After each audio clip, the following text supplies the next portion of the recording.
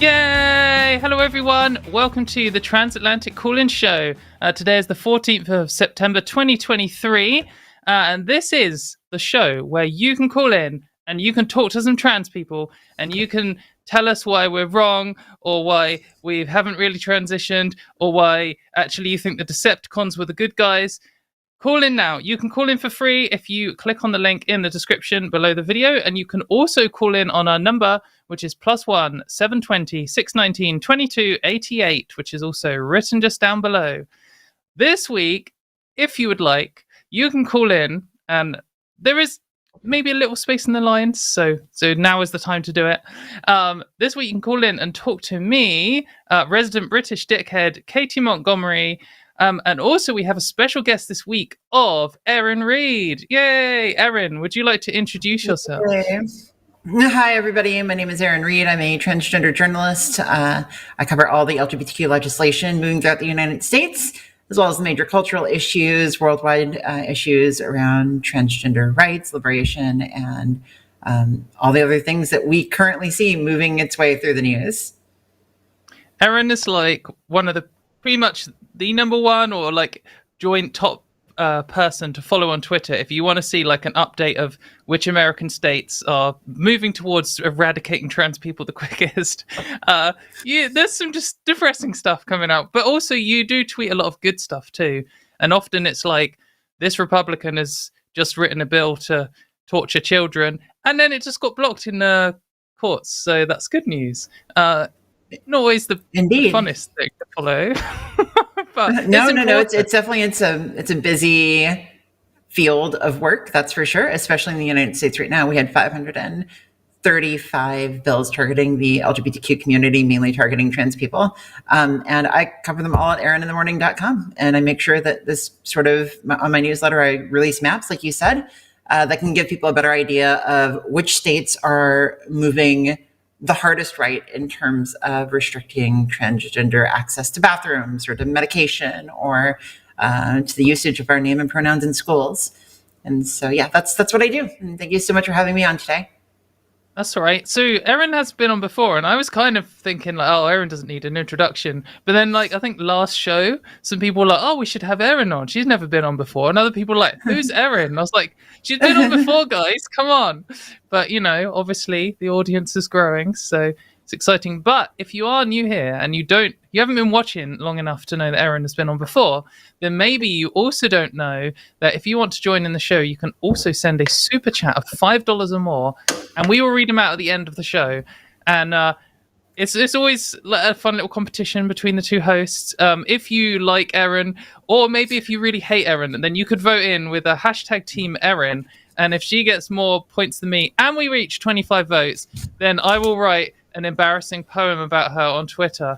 And if I beat her, she doesn't know, but by joining this show, she has agreed to do the same about me in reverse.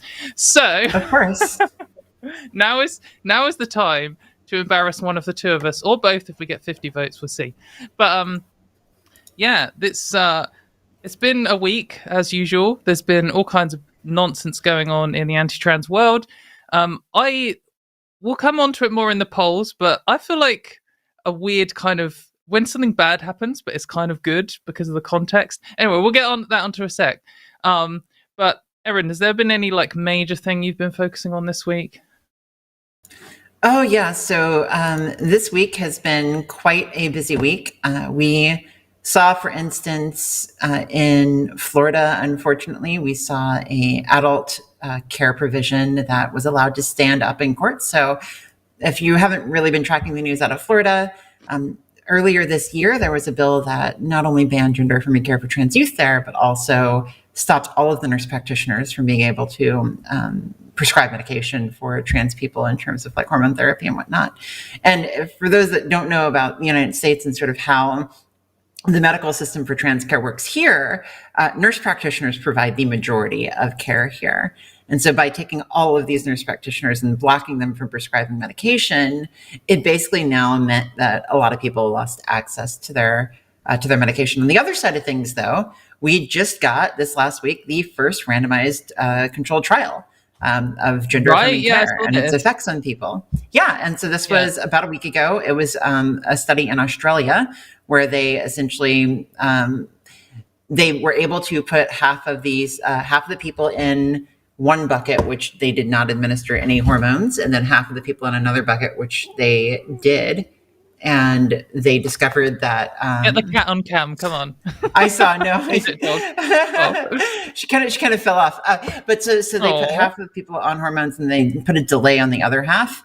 And they found that those who were allowed to start hormones, their suicidality, depression, anxiety cut in half.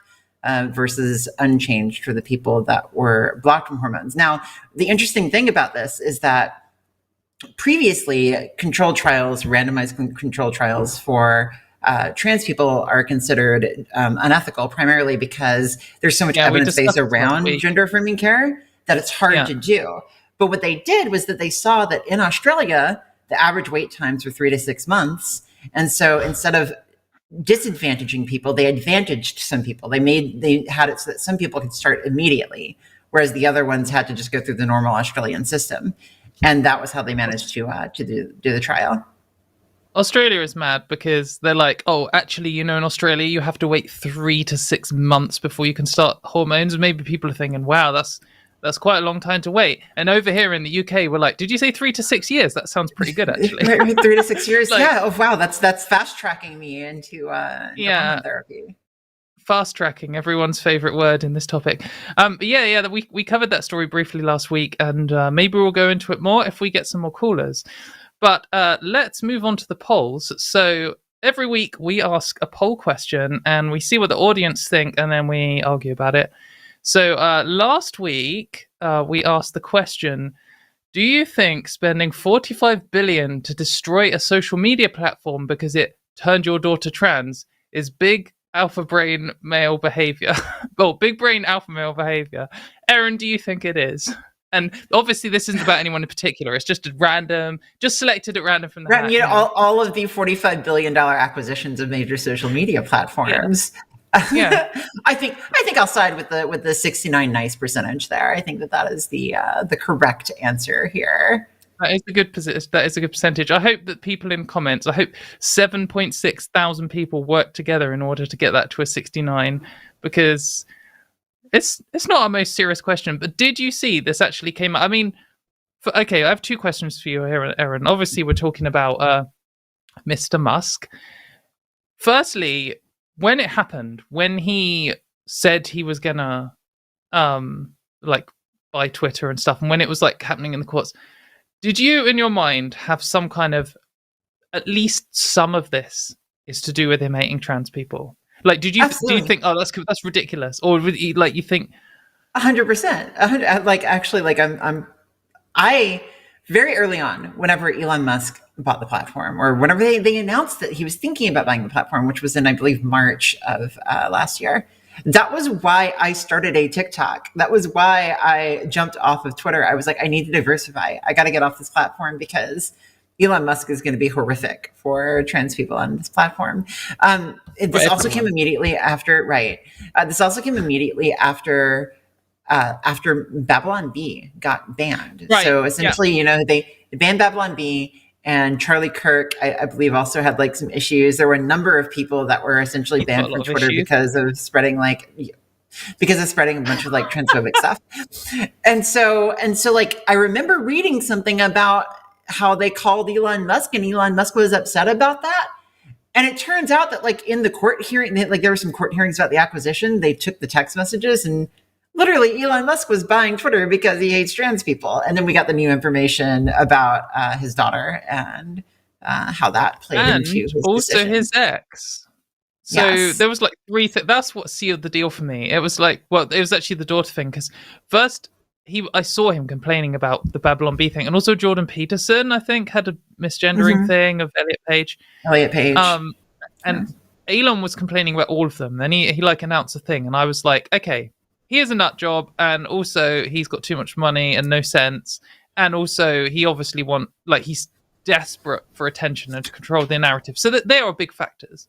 But I was like, is it a conspiracy brain of me to say also he doesn't like trans people? And then when I found out that he was his ex was dating Chelsea Manning, I was like, okay, it has to be.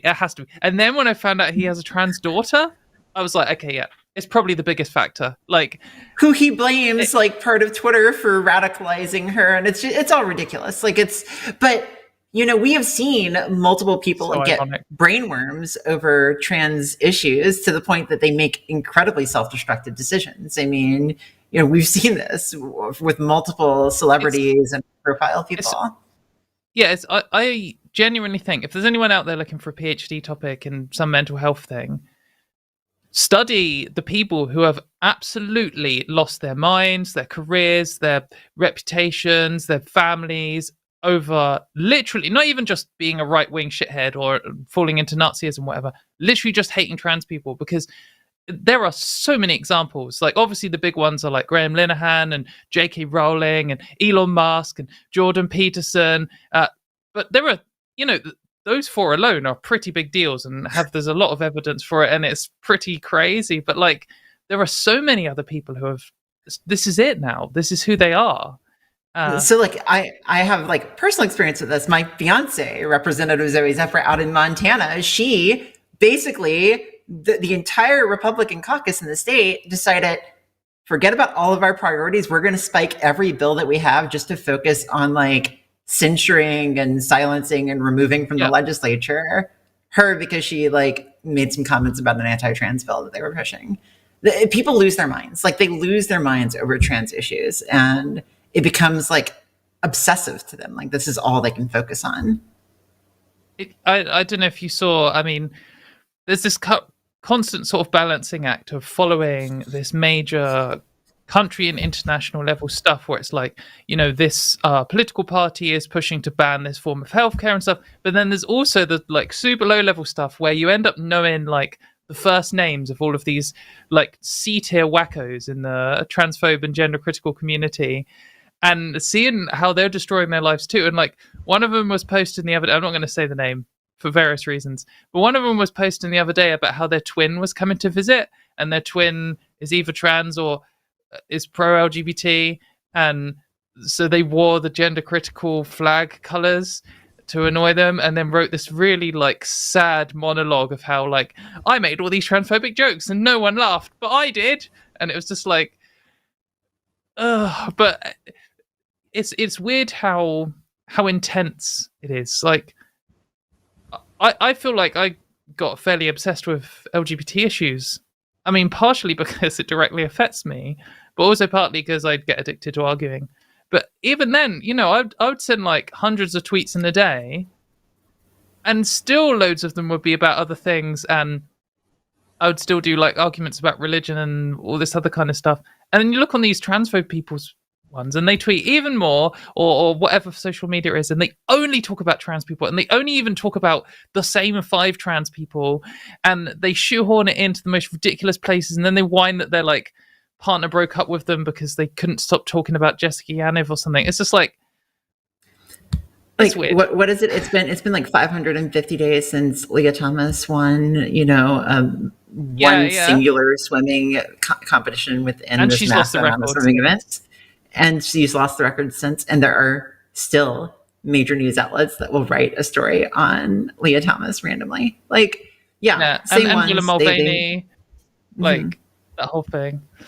But yes, it's wacky. Anyway, let's move on to the next poll, because I feel like we could rant about this probably and the next poll forever. But the answer was 69 anyway. But this week's question is, do you think... No, wait, this isn't... This. I thought this was a different question, but it looks like... Are we going with this one, Jimmy?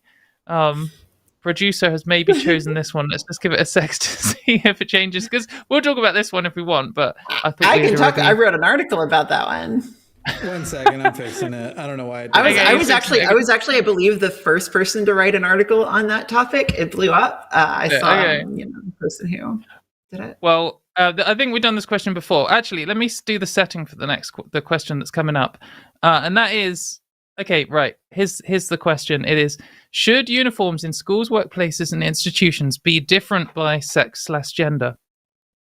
And the reason this has come up is, I don't know if you've seen this because it's quite UK based, but probably currently the leading gender critical group that is trying to be respectable. Because like our leaders of the anti-trans movement in the UK are like Posey Parker, Kelly J. Keane, who's like the person who keeps going around the world and having all the neo-Nazis turn up to support her rallies and stuff. And then we got J.K. Rowling, but then we've got like these kind of organizations that are trying to be respectable and talk to politicians. And one of them is called Sex Matters, and it's the one with Helen Joyce and Mayor Forstater and a bunch of other clowns. But they did this presentation over the weekend, and this is what I was saying earlier about kind of being happy at a bad thing. They have announced that they are campaigning for schools to have all these terrible anti-trans measures. Like they want to make it so all trans kids are always outed to all the students and parents, like not even their own parents, but other parents and all the teachers. And they want to, enforce all of these bullshit things and stuff. But part of it was enforcing sex-based uniforms and sex-based rules, along with, sex-based sports and stuff, which is interesting because in the UK, they have been pretending that they are gender critical and opposed to gender stereotypes for years. Like, since I've been arguing with them, they have been lying about this, and it's been one of their core points. And finally, they have given up on it. And when I saw it, I was like, oh, this is kind of bad because they feel confident enough to say this stuff out loud. But also I was like, they fucking said it, like, at last. Like, some of these people, like, the actual people doing it, like Dr. Emma Hilton and the Mayor Forstater, I've argued with them to their faces, like, in some of these people's, in the DMs or, like, even in WhatsApp with some of them about, like, this is what you think, no? And they'll be like, well, like, they're fucking saying it. Anyway, this is why I wanted to talk about this. So... what's your answer to the question, and what do you think? So, obviously, my answer to the question is no, but I actually want to tell you something a little funny about this. I am, it's a little bit of a sneak peek. I'm working on a piece on this very particular topic right now. Okay, this is Lilith right here, by the way.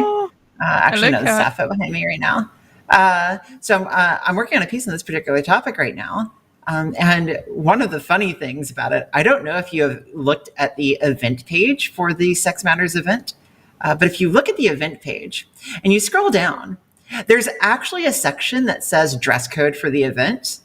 And it says in the section, be the billboard for sex-based rights, adult, human, female, this witch doesn't burn, or your own favorite tape, channel the suffragettes purple, green, and white, or wear whatever you would like.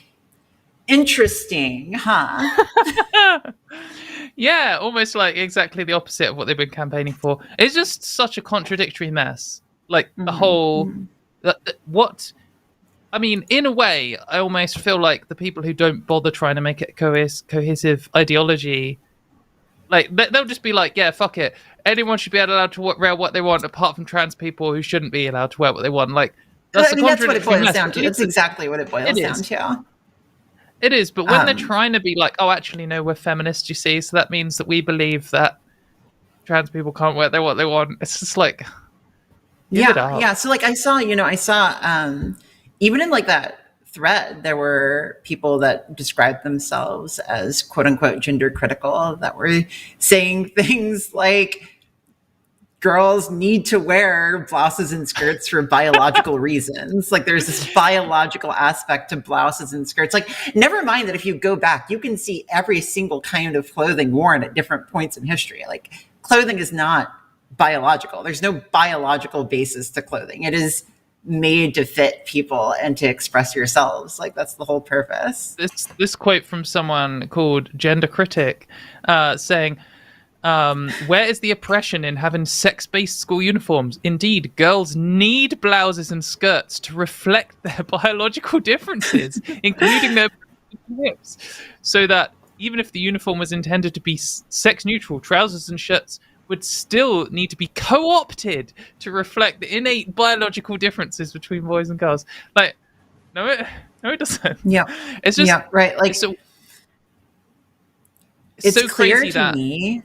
Sorry, I think we got a little bit of delay, but I'll say it's clear to me that, and this is just one example of so many different cases of this, where they will be willing to shoot themselves in the foot if only to own trans people, if only to hurt trans people. It's the same thing with like, the chess thing that came up on the screen. Like, let's go ahead and ban trans women from playing women's chess, but let's also, sports fans. You see sports fans, okay? And like every single time they put a sports ban up, the vast majority of people that end up hurt by the sports bans are cisgender women who end up having to go through invasive exams, or who have to get kicked out of their sport or have investigations. So, it's the same thing over and over again. Absolutely. And yeah, this is why I'm kind of pleased that they kind of finally said it, because now every single time one of them goes, actually, trans people are the one who supports gender stereotypes, I just link that screenshot of Helen Joyce and Mayor Forrest are looking really grumpy, sitting in front of the slide that says sex-based uniforms. Like, it's just amazing. Finally. Although I have actually already done that. I've done that several times today, and they still deny it. They'll be like, no, it's you. And I'll be like, literally, on their own slide. It's called him. Anyway, right, we're going to move on to calls. Just a reminder, if you'd like to send a super chat about any of the things we have discussed in the show thus far, now is a good time to do it. And we'll read it out at the end, $5 or more. But right, let's see what we can do here. Okay, right. We're gonna take a slightly spicy one if you're ready for it. Let's go. So we are going to talk to Madison in California. You are live on the line, and you want to talk about transition being a choice. Is that right? Hello. Can you hear me okay? Hi. Yeah, I can hear you great. Okay, I wanted to make a distinction, though, between being trans and transitioning. Being trans is an unchangeable fact from your birth, right? But I think that transitioning is a choice, right? It's a series of decisions undertaken by a trans person. And I guess I just wanted to make this point because I think that it sounds disingenuous when trans people claim that it isn't a choice. I think that it would be best if trans people openly acknowledged that that they undertake this series of decisions as part of their transition. I think that maybe you wouldn't see so much disrespect levied on trans people if they were more honest about that. I hear what you're saying, because in the most literal sense of it, I chose to take hormones because I am the one who stuck the patch on my bum. Right. Like, that was the thing I did, and it wasn't administered by the state with me handcuffed to the table or something. And I had the free will, in air quotes, to do that. But I guess the reason why people often end up objecting to that, I think, is more contextual rather than like a hard claim that no, it wasn't a choice, because there is a range between something that's a totally free choice, like like if you're standing in front of you and there's two pens and one is blue and one is black, and you're writing yourself a note that no one else is going to see, there's no consequences to whether you pick the blue pen or the black pen. It's pretty much a free choice. We can still argue about whether free will exists or anything, but that is like the most freest form of choice. And then right at the other end of the spectrum, if I point a gun at your head and said, I want you to like say Katy is the best, or I'll shoot you in the head, you do technically have a choice. Like, I am giving you a choice, but there is a very heavy loaded weighting on that. And we often see right-wing people saying things like, oh, well, it's you had a choice to do this, and now this is why you're going to prison or something. And like, sometimes people get in a situation where the choice is steal a loaf of bread or starve to death. And to say you chose to be a criminal is completely ignoring how the majority of the problem is the fact that there are people so hungry that they will die if they don't steal. So anyway, just to finish my point before I pass over to Erin, I think transition, or at least parts of it, the whole range of it, is a choice to some degree, but it's kind of a choice in the same way that like taking paracetamol or whatever you call it in America to ease a headache, or like having lunch when you're super hungry. So, like, it's something you kind of need to do in order to just be happy and get it out of the way. And it's not a free choice. Like, I could have, if I lived in some Nazi hell state, I probably could have carried on scraping by. But given the fact I lived in a place free enough to allow me to transition and still be safe, it was a loaded choice. Not as bad as the gun to the head one, but I don't know. That's how I feel. I don't know if Erin, if you agree or disagree. Yeah, no. So like, I definitely like to jump in here. And I think that you said a lot of my initial thoughts on this, but I'd also like to add that, the degree of loadedness of that choice is going to be different for every person. I often have parents of trans kids contact me that will tell me, I've got a trans kid and they just came out to me as trans. Like, oh my God, what's going to happen? What do I need to do? And it's like the very first thing that I always tell them is that you don't need to jump and do anything big right now. Like, over time, you will learn the pressingness of the choices that need to be made around their care. And for some trans people, for some trans youth, medical transition is not necessarily something that they are going to show an imminent need for, and they might not desire it. Same with trans adults. Whereas for other people, the pressingness of that choice might be more. There might be people that do seriously need to obtain gender affirming care relatively quickly, or they have a relative medical or psychological need around obtaining that care. And I think that what's important to sort of highlight here is that in the context of like the current political environment around trans care, especially for trans youth, is that these choices are being made with a lot of deference to ensuring that like they're making the right choice, ensuring that that these decisions that belong between patients and their doctors and the families are made with care. And I'll close off by saying, like, I know so many families of trans youth. I speak to so many of them every day, and I know that these families care for the kids, and the kids themselves, they've found to varying degrees something that helps them mentally, that helps them physically, that helps them go on. And I think that everybody's trying their best. Yeah, and just before we pass back to you, Madison, I guess I feel like one point, and I'm not saying this is necessarily you. In fact, I'm not saying this is you at all. What I'm saying is maybe be careful not to give in to these kind of debate bro types who, if you said, oh, so I injured my spine and so I had no choice but to get a wheelchair, and they'll be like, well, technically you did have a choice. Are you lying? Are you coming into this discussion in bad faith because you're claiming that this was completely out of your hands when clearly you're the one who got the wheelchair? It's like there's always going to be someone who does that, and however you present this, someone is going to try and pretend they're just here in good faith, but they are just going to lie, and they're going to try and make it sound like trans people don't really need healthcare and that they're lying about it. And sure, we get these little sound bites on the radio where you get someone who's like, I transitioned when I was 12 and I needed to do it. There was no choice for me. And really what they were saying is like, it was so bad, it was so oppressive that given all of the other options, I didn't really feel like there was any real choice. This was the only choice for me. And that's what any good faith person would hear from that, I think. But the bad faith dickhead's always going to be like, oh, so you're claiming that there was no choice at all, are you? So I don't know. What do you think, Madison? I think that makes sense to a large degree. Like, it makes sense to have to contextualize choices or decisions based on, level of importance or whatever in someone's life. But I guess, and I don't want to get too much into semantics here, but I guess I would still say that that's a choice. Like, some people refuse medical care for all sorts of wacky reasons, and that's their choice at the end of the day. It might be an ill-advised choice, but they can still do that. I wanted to ask, though, why then do trans people claim a lot that they didn't have a choice in it?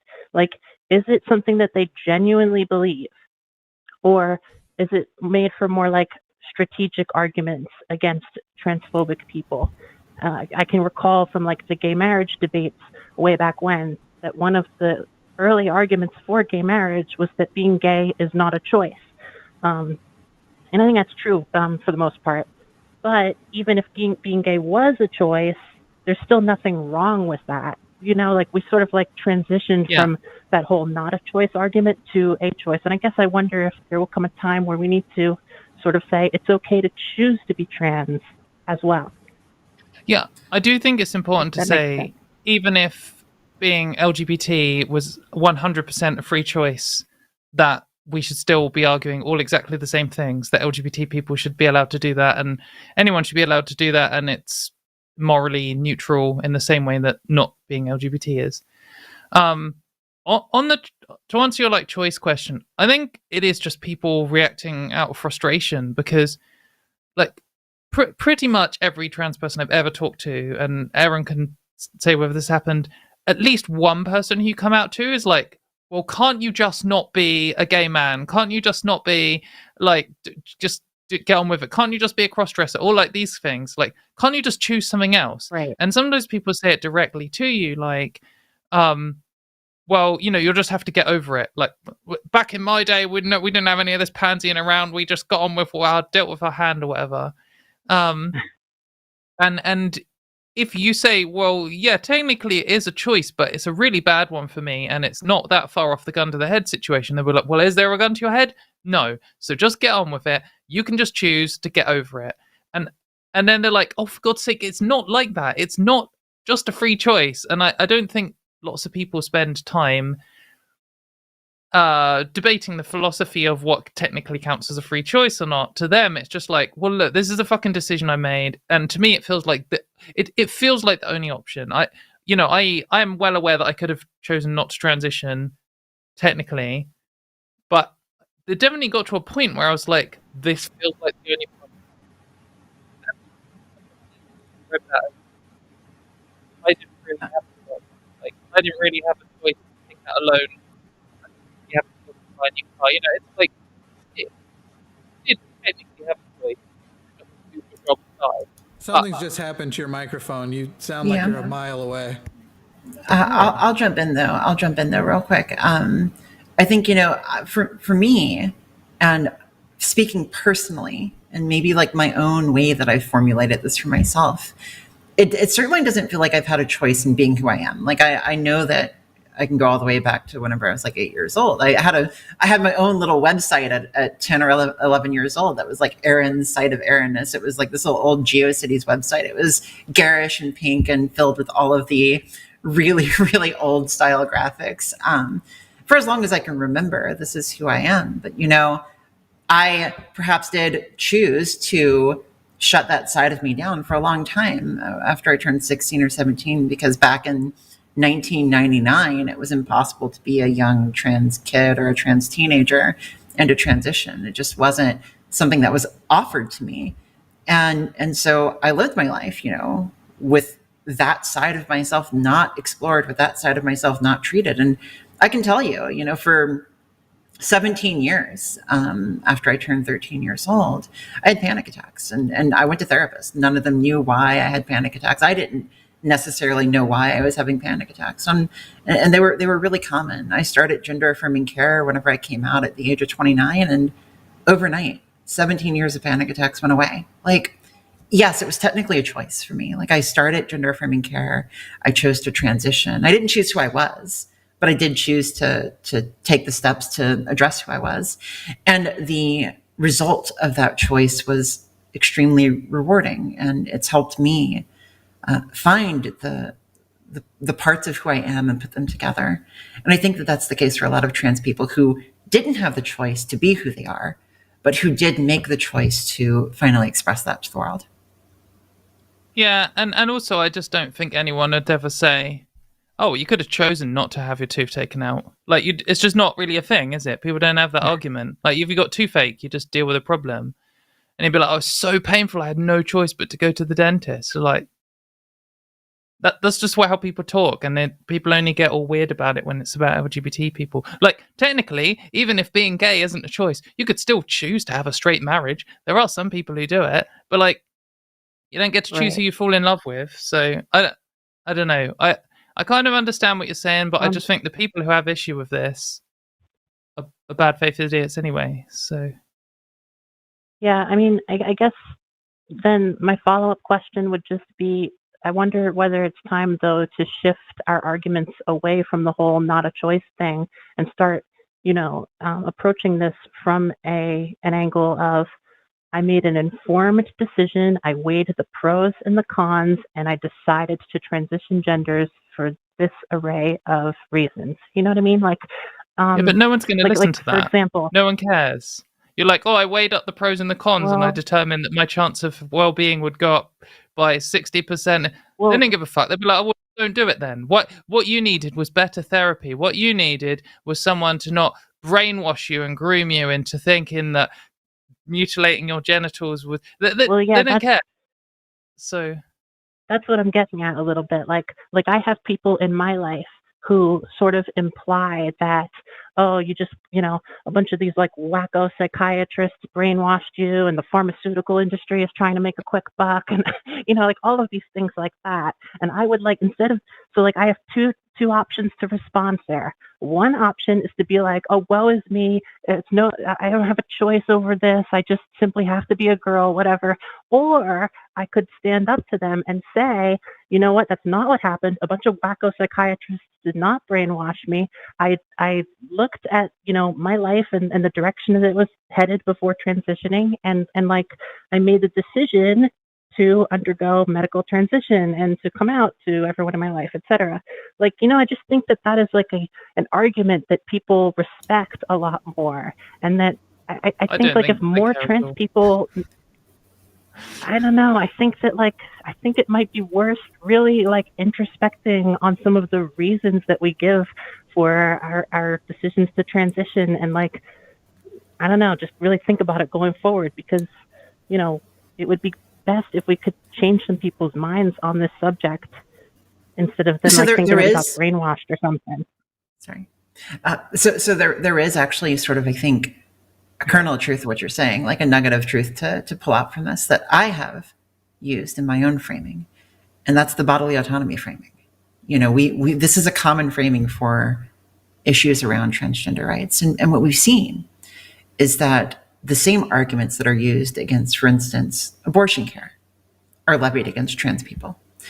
And we've also seen that whenever you can show people that, whenever you can point out that, like, hey, look, the people that are literally passing these laws are the same ones that just passed the big abortion ban in Texas, are the same ones that are using the same arguments to do so, then you can, A, convince some people, yes, but also B, give them the framework for which you can establish the rights that you need. And so that's why we've seen this year 14 states pass sanctuary laws for both trans people and people who are seeking abortions, including your own state in California. And I think that bodily autonomy framework in general is a good framework. I don't think it's the only framework. And I think that you need multiple frameworks to deal with this issue, to deal with different people, to meet them where they are. And so I would actually like to say that this is actually something that is a recognizable framework to use. Yeah, I agree with Erin. I also just think that if someone's like, oh, you're being brainwashed, or just be like, mate, this is what the science says. Like, what are you talking about, making a quick buck? They haven't made a single piece of medication or surgery for trans people at all because it's so unprofitable. Like, there's 6 years waiting list. There wouldn't be if it was making them loads of money. I just think, I don't know. I think there's loads of other like laser hair removal and. I mean, I would love to argue more about this, but I guess I think we need to move on to another caller. So please do call back in, and we can argue about laser hair removal because, I mean, it's relevant, but whatever. Anyway, thank you very much, Madison. We will talk to you in the future. So if you are enjoying this show, or maybe one of the inferior shows on this channel, did you know we have a Patreon where you can help us, support us, and make it so we get loads of cool stuff going on? I don't know, maybe we'll build up to some kind of line con or something that we've mentioned a few times. But in order to do anything exciting like that, please check out our Patreon, patreon.com/call the line. It's on my face right now. But with that, let's move straight on into another call. So we're going to talk to, I'm not quite sure where this is going to go, so bear with us. We're going to talk to X, who has refused to give pronouns in the USA, who wants to talk about being a male Hydra, which I don't know what that is. X, you are live on the line. Would you like to present what you want to say? I am so surprised. You're going to be pleased to hear. Well, it's a hard story, but to simply explain what a Hydra is, that means I was born a male Hydra. That basically means that I have a female, obviously an ovary, in my male parts where they are on the left side. And I'm also an XXY chromosome. Cool. Okay. And when I found out, it was quite shocking. And it was more like a numbing kind of feeling.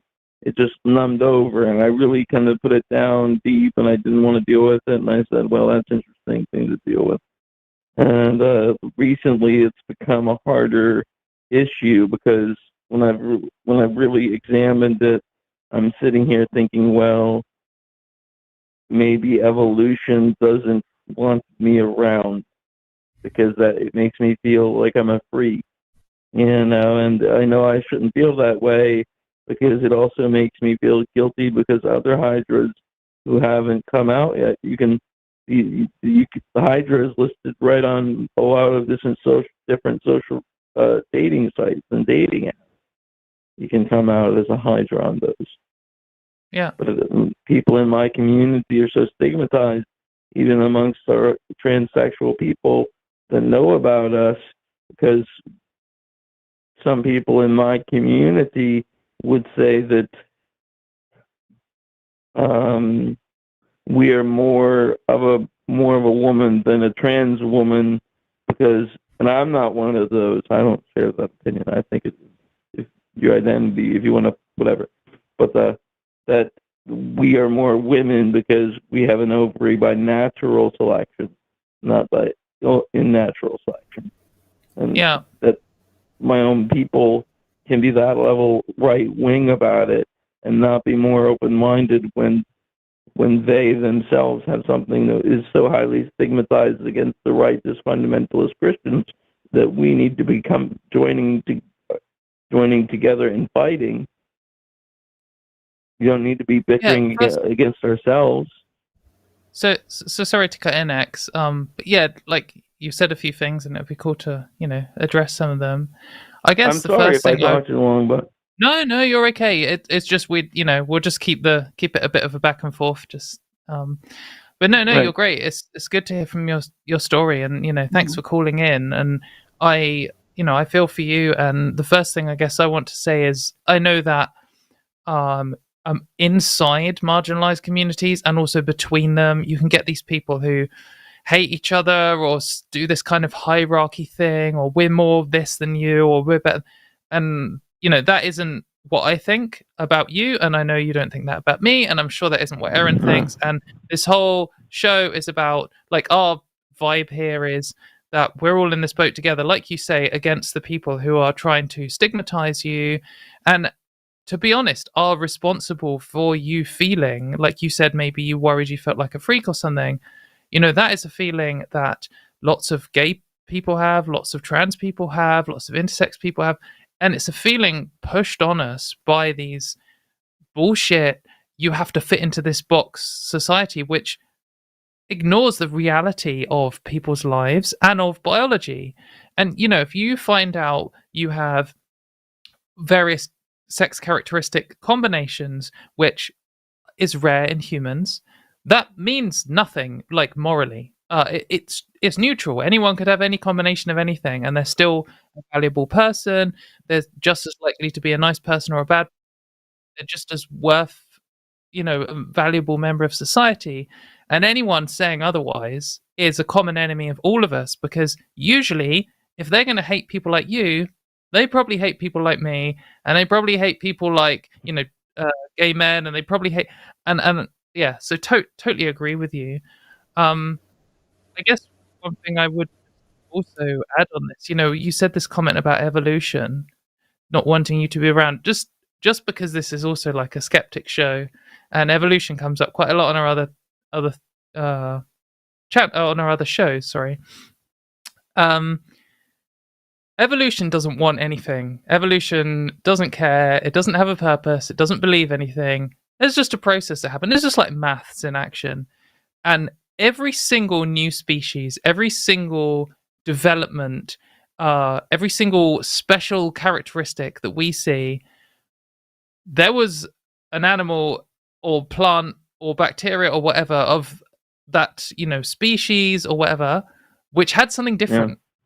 Yeah. And you could say, oh, this fish is a freak because it can walk on land and it can breathe oxygen. And then it turned out to be the ancestor of every single thing on Earth that doesn't swim.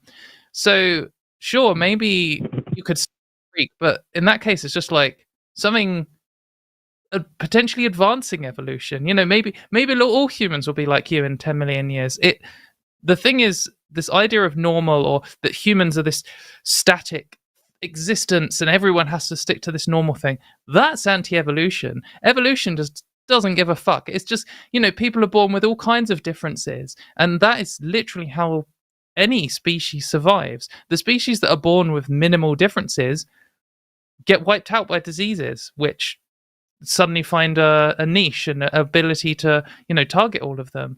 So difference in humans, difference between us individual members, is literally a strength of our species and why we've been able to exist as long and as well as we have. So absolutely, I totally understand the feeling of feeling like you're an odd one out or whatever, but also just always remind yourself that is irrational, and that's not like me insulting you or anything, but it's irrational, and it's something that other people have pushed on you. It's what society has made you feel, not because it's true, but because society is stupid. So yeah, anyway, I'm totally with you. Sorry, Erin, I don't know if you wanted to cut in. No, yeah, I would definitely love to jump in here. From my work standpoint and from the bills that I track in the United States, what I can say is that this year we've seen for the first time a number of bills that seek to define sex. And the funny thing about that is that they're running into the same problem that every other attempt to do this has run into. And it's because for every attempt to define sex that you make, there will be exceptions to that rule. And so, they tried, for instance, to define sex as binary in Montana and in Oklahoma and Kansas. And they tried to say, for instance, that there were two sexes. You had the male sex, which has a reproductive system organized around the production of sperm, and the female sex, which is the reproductive system organized around the production of eggs, because they've lately turned towards gametes as their way of trying to say, okay, this is going to be the ironclad definition of sex, but it's not.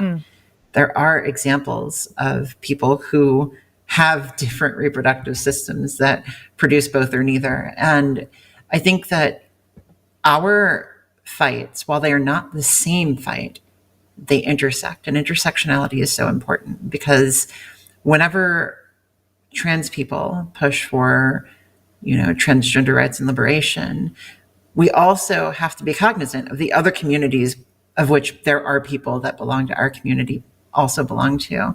There are intersex trans people, there are intersex non-trans people, there are BIPOC trans people, disabled trans people. And I'll close off by saying that it's actually in that last community, the disability community, that in the United States, we just got a major ruling. The Fourth Circuit Court of Appeals ruled that the ADA covers trans people. And that was only because people that were disabled fought so hard for disability rights.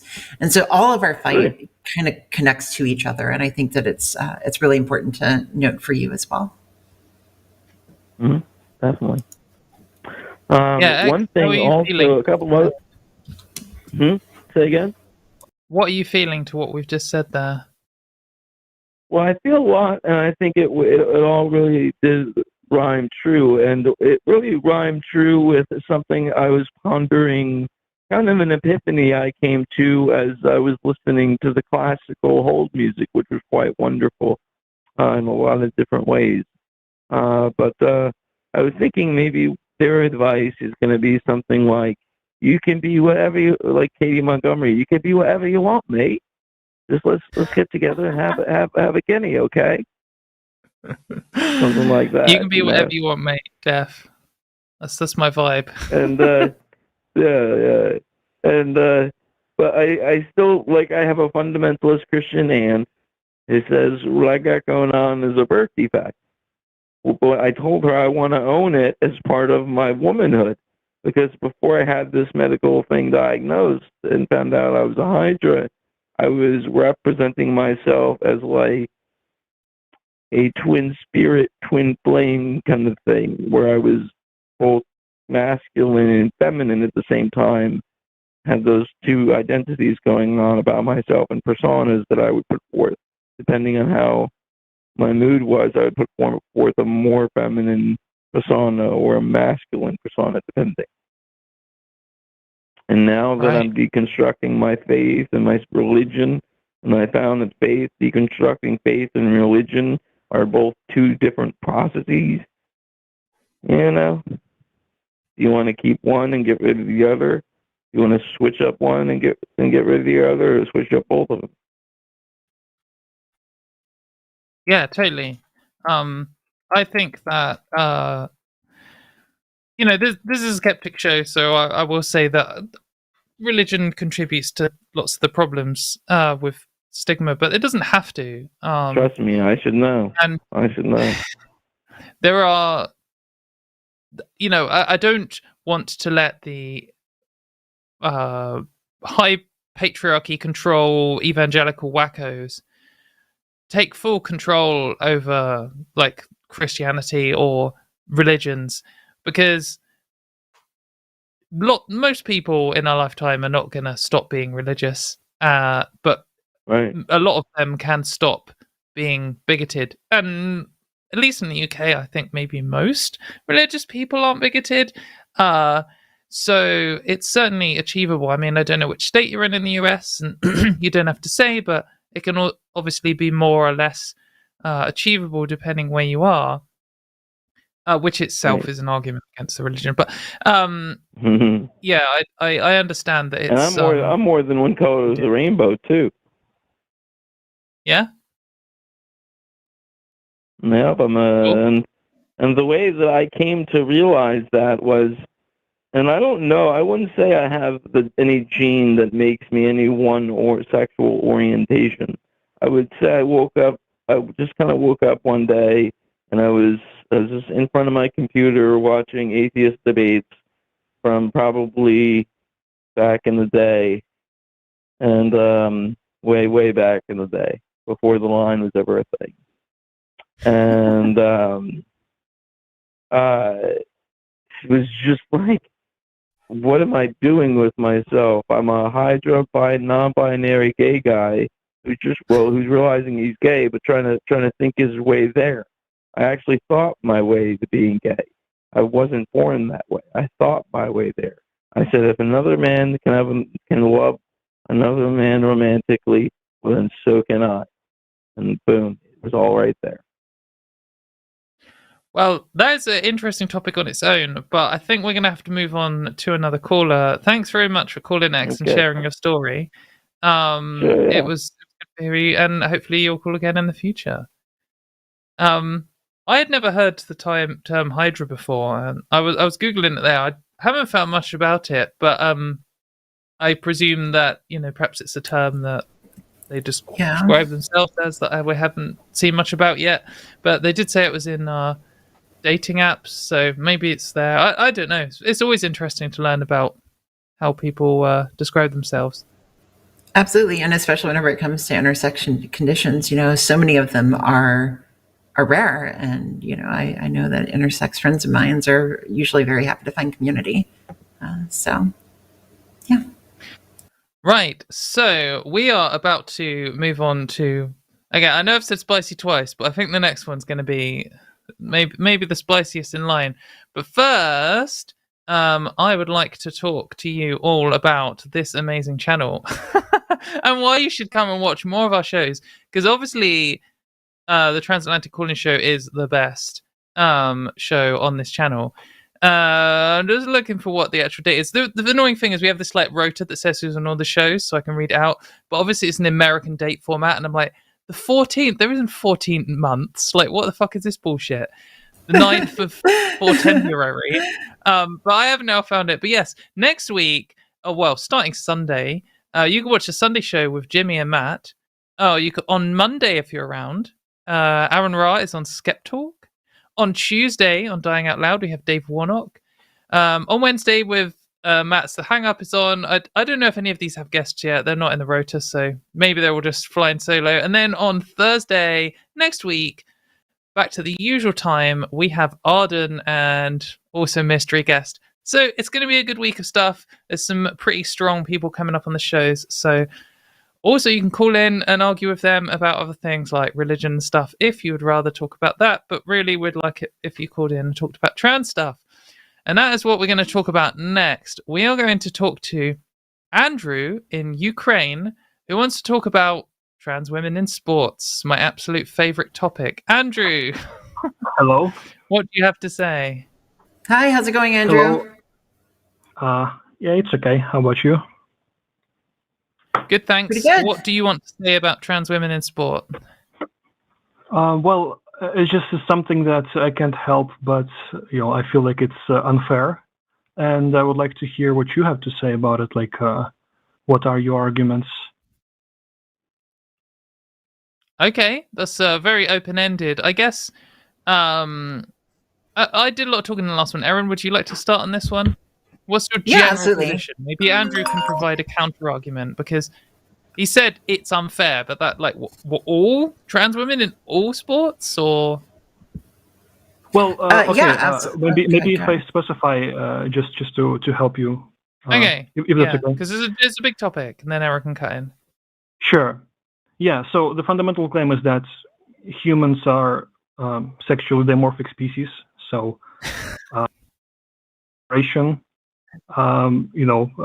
because human males physically are different from human males, so we make this separation in many sports. You listened to the last call, by the way. I did, yes. But anyway, carry on. That's not the that's an edge case, right? This is like the human species is clearly evolved to be with two sexes. So evolved with intention. Evolution doesn't have an intention, does it? It doesn't. Evolution doesn't have a purpose. It's not trying to achieve anything. It's maths. Yes, I understand that. Yeah. So I don't see how haven't evolved to do anything. We just have evolved and we do stuff. Sure. So although we can say it's an edge case, which means that some people have combinations of sex characteristics which are rare. That's factually true. But they still exist, and sure they that's do. The thing. Yeah. So anyway, it doesn't contradict the term sexually dimorphic, because obviously that just means two forms. That doesn't mean it's a binary. It just means it's a bimodal distribution. But anyway, I'm cutting you off before you get going. Rather than coming in with some evolution has intention nonsense. Which sports are you saying? I get the vague argument, but which sports are unfair for trans women to be in? All of them, or? I didn't mean to say that evolution has an intention. Maybe I didn't express myself properly. My point is that the fact of the matter is most humans do fit, in one of or the other sexual groups. So it makes sense to separate them. So I actually I can jump in here, and I love talking about sports. I think sports is a topic that I never shy away from. I know many trans athletes. I have friends with several trans athletes. Most trans athletes that I know of are not elite athletes. In fact, I know a lot of trans athletes that are very much not elite athletes. They're probably on the other side of things. But, I think one of the ways that I like to tackle this, there's a few ways that I like to tackle this, but one of them is a thought experiment. And so if you have, and let's just imagine a hypothetical, and then we'll talk about how it's not necessarily a hypothetical. If you have a cisgender girl, a cisgender woman, she was born XX, produces estrogen, and she grows up. And she has this condition where she produces a lot of testosterone. that cisgender woman will have all of the advantages that you would suppose a transgender woman competing in sports would have. Would you support having that cisgender woman being banned from sports, or would you support her playing sports? Right. So two things here. So first of all, like again, these isolated, separate cases, which I understand they pile up to thousands and thousands of this people. This is a thought experiment for a reason. Trans people are also, rare cases. Yes, exactly. My point is that these edge cases doesn't mean that we shouldn't have like a generalized rule that applies to people in general. But the other part of this is that in this case, this woman, like, it's not her doing. It's not like she didn't choose to have higher amount of testosterone. While a trans person chose to compete with cis women. But so hold there's on. A difference there. But she's still choosing to compete with cis women too, right? Because the trans woman did not choose to be a trans woman. Like I didn't choose to be trans. I've been trans for as long as I can remember. I've been trans since I was 8 years old. And so if you would support, a cisgender woman who produces a lot of testosterone and has all the same advantages that a trans woman would have, then I guess what I'm trying to say here is like, is it then about advantage? Like, is advantages the real reason why you oppose transgender women in sports? Well, primarily, yes. I would like it to be a fair competition, ideally. So where do you draw the line, though? It can be perfect, but if trans women have like X advantage, supposedly, which doesn't seem to be true, but let's just say trans women have X plus X advantage, and then Erin's talking about a cis woman who has the same plus X advantage, and then there is another cis woman who has plus 0.7 X advantage, and another one who has plus 0.5, all the way down. Like, obviously, if we said anyone who has above the mean performance is banned, that'd be ridiculous, because we would ban all professional sports people because they all have genetic advantages in some way. They all have, and also other social advantages and stuff. So we like, when you acknowledge that it's not a strict binary and that there's actually some exceptions and they fit along, a range of different things in multiple dimensions, where are you drawing the line? And if it's just at trans people, I mean, as Erin mentioned in the last call, some trans people are also intersex.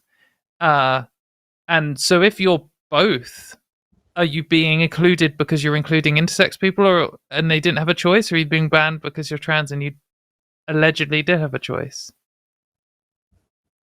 Well, the fact that there are these edge cases, and the fact that it might be difficult to draw a specific line, doesn't mean that most people don't fit in either one of two camps. And it's still, I feel like it's still reasonable to make this distinction to ensure fair competition in most of the cases, as the best thing we can do until we come up with something better. Sorry, do you want to go on, Erin, or shall I? You can go. I'd like to. I think that I'm not disputing that categories can exist or anything like that. I think that there are arguments for and against having sex sports categories and all that fun stuff. But I'm not disputing that that sounds like something that has worked and has worked up to this point. But what I am saying is that these edge cases actually tend to pop up more than you might think. You look at the 1996 Olympics, okay?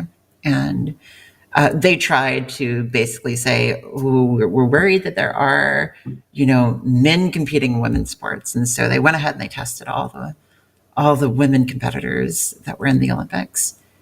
And they found out that a good number of them had XY chromosomes, but not because they were, men or cisgender men or anything like that. It's because, again, whenever you're talking about elite sport, you're talking about people that all have some level of genetic advantage. And for some of those people, they actually had large amounts of testosterone that they have always produced. And even XX women can produce large amounts of testosterone. And so I guess what I'm saying is that, yes, you can have categories, and sports can deal with this issue in different ways. Like, I'm not disputing, for instance, that elite sports might have transition requirements, might have medical requirements around getting care. But what I am disputing is that these boundaries are intraversible, and that these boundaries are being established for the reasons that you often hear that they're being established. So, for instance, fairness in sports. And the reason why I brought that thought experiment out is not necessarily to say that we need to throw the whole thing out. It's more to say that if you can accept a testosterone-based advantage in a cisgender woman who didn't choose to have testosterone in her body, she was just born that way, then you could also potentially move yourself to a place where you can accept that same thing in a trans woman's body who likewise didn't choose to have testosterone in her body, didn't choose to be born that way. And you can have medical requirements, you can have different requirements around how the fairness is going to be maintained and how somebody can enter into sports. But I'm saying try not to draw a hard line, because I think that this issue is a lot more complex than you might think at first.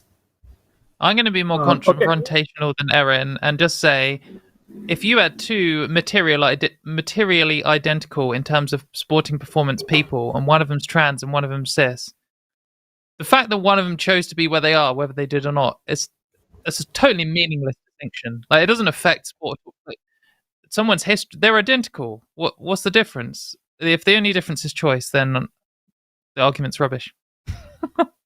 I would like to answer to the argument of the previous talker, Erin. Is it correct? Hi, yes, that's right. Yes. Yes. So you said you could also accept. Could you please repeat just the last thing that you said, because at this point I kind of forgot it. I'm sorry. Yeah, no, of course. So what I had stated was that if you can accept that a cisgender woman had made testosterone in her body by no choice of her own, and she reached sports and she was able to compete in sports, then you can also potentially move yourself to a place of accepting that a transgender woman likewise didn't choose to have testosterone in her body. And you can still have medical requirements. You can still have gender affirming care requirements in terms of like hormone therapy and whatnot. But I think you can move yourself to a place where you realize that this is a little bit more complex. Sure, I hear you. I agree that it is more complex. But do you understand the argument from the other sides? Because like what you say, you can accept that kind of opens up the door for, then it means that, any person who was born male, transitioned, and now clearly still has, anatomy that is largely male, competing against other women, cis women, and having clearly having an unfair advantage. Like if we accept that opens the door for this. So this is the argument for why the line should be drawn. So what do you say to that? So I think actually I'm going to turn to what Katy had said earlier, and namely sort of point out that if you draw this line merely on somebody's identity and not on somebody's body and not on somebody's abilities, then it's clearly not based on advantage or anything like that. It's based on identity. And there can be lines that can be drawn. Like that's what I'm not disputing is that like sports have come to various ways that they contend with us. And before we had laws and before we had like all of these organizations pushing for absolute exclusion, there were 2-year transition requirements for hormone therapy for various sports in elite levels. And like at the high school level and at like the middle school level, like there's no need for that. And so I think what I'm trying to say is that like, for sports, it's possible to accept the complexity of this and realize that there are much better solutions than just, outright bans with no path to inclusion. Like you don't have to, the binary here is not like, let somebody just walk into a ring disingenuously and like, hi, and then like not allowing any trans person to compete. Like this is an issue that has a lot more complexity to it. So I agree that potentially. I apologize, just briefly, if I could. I agree that better solutions might exist. I guess what I'm kind of opposing is, instead of deciding, okay, let's instead of having distinction between like male and females, let's have like, I don't know, broader spectrum of categories that would be more inclusive and, for example, would be more fair for, if you have like a cis male who is say just a small guy who cannot fairly compete with bigger guys, right? That will also be inclusive towards them if we have just like more categories that are separated. Sort of like in boxing. Has weight categories, yeah. Yes, my fear is that might not be still enough, but let's, for the sake of the argument, let's say this is what we want, right? So instead of going for that and creating these new categories and then making the sports more inclusive, instead what they did is that they capped the categories, but now they want to, see what I'm saying? It's like they didn't change the system. They sort of like allow the system to be sort of broken in certain sense by allowing trans people to participate in the. Well, I think in those categories.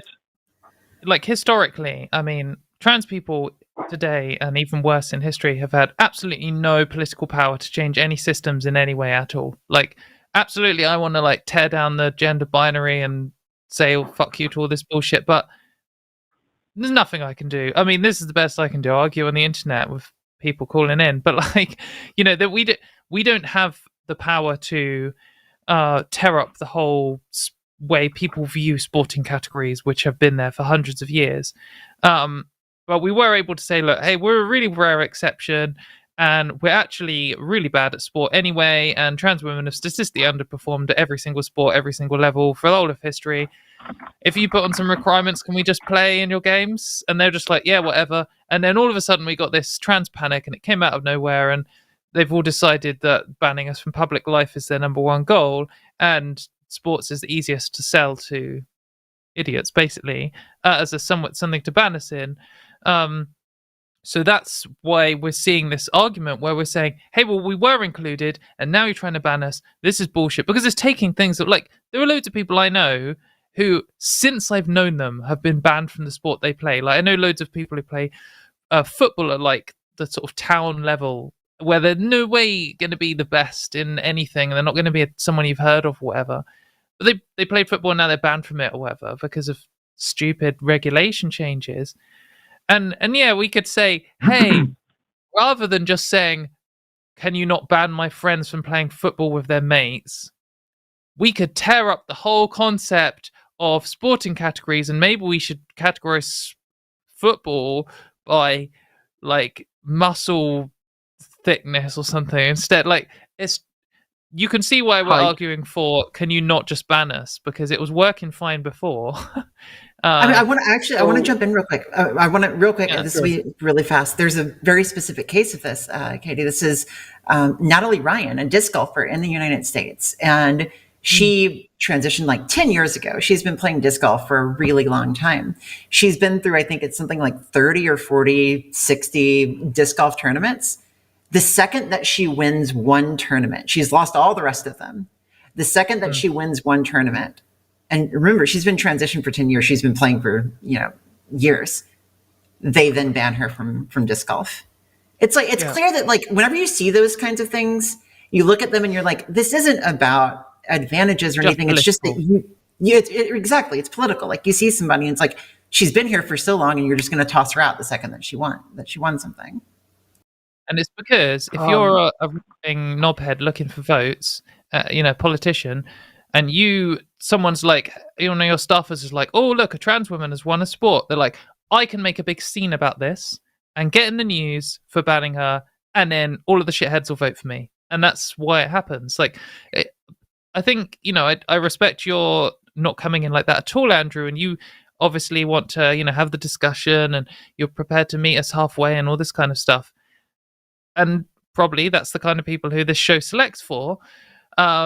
But most people do not give a fuck. No, most 99.9% of the people who are saying save women's sports, one, don't give a fuck about women's sports, and two, aren't interested in debating at all. They just hate trans people, and it's a political issue to them.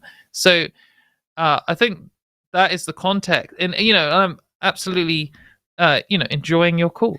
But I think you do need to factor in that most people don't have that mentality, and that is why the majority of the argument seems to be reacting to the people who want to wipe us out rather than addressing the facts of biological dimorphism. So allow me to push back on this point, and with all due respect, it's just I'm not sure that that's necessarily the case. I totally understand that surely there are a lot of these wild people. I totally hear you. My point is that you sort of said like this whole panic came out of nowhere. All of the people in my circles who I talk to, my friends and stuff, when we discuss this topic, they genuinely just wanted to be like more fair, and we are all kind of concerned because it didn't come out of nowhere. There were some of those cases where there would be this person who was like a buffed guy a year ago, and now he's a transgender woman, and now he's coming in and winning a competition, and that's I understand that this is not necessarily, of course, this is not what all trans people do, but it happened, and that kind of poses the question, and what should we do about it? Like what? Because the thing is, what has come out of nowhere is this narrative that's happening. Trans women have been able to compete in the Olympics since 2004, and no one cared until J.K. Rowling lost her mind in 2020. There were trans people performing in sports at various levels. I mean, none at the super top level. I would say trans people underperform at sports, but well, are you about to say Leah Thomas? No, I won't say that. I would say that no one cared until there were clear cases of abuse of the system that would lead to that's different. That's even a different claim. So, your first claim was that there are trans women who were maybe haven't transitioned far enough, you could say, for your liking for them to compete in sport, but people who are intentionally abusing the system. So your first claim about maybe they're trans women who you don't think have transitioned slightly enough, I'll be ready to debate that and hear what your example is. But people who have definitely abused it, that's just false, mate. There's no, you don't even have one example internationally of that happening, of someone my point, faking transition and abusing the whatever system is there. Give me even one example. That's so. My point wasn't that the cases of abuse, there aren't any cases of abuse. Should be an argument for why we shouldn't allow trans women to compete. My point was that this is what caused the crazy controversy and discussions about it. There aren't any examples, and that's my point. My point is that this panic about trans people, and it's not just in sport, because sport isn't the first thing they were panicking about. It was toilets when North Carolina tried to do their trans bathroom bill in 2016. No one was talking about sports, and a few of them tried bathroom bills, and they all failed spectacularly. And then they had a year off regrouping, and then they came back with sports, all across the board, hardline. And it's not because there was suddenly examples of people abusing the system, because there are literally no examples of people abusing the system. And it's not because trans women suddenly started winning, because we barely ever win anything. It's because they decided to make this narrative, and that's what the media went with. I'm sorry, I just cannot agree with this. I understand that some of that happens. But you don't have any actual examples to say otherwise.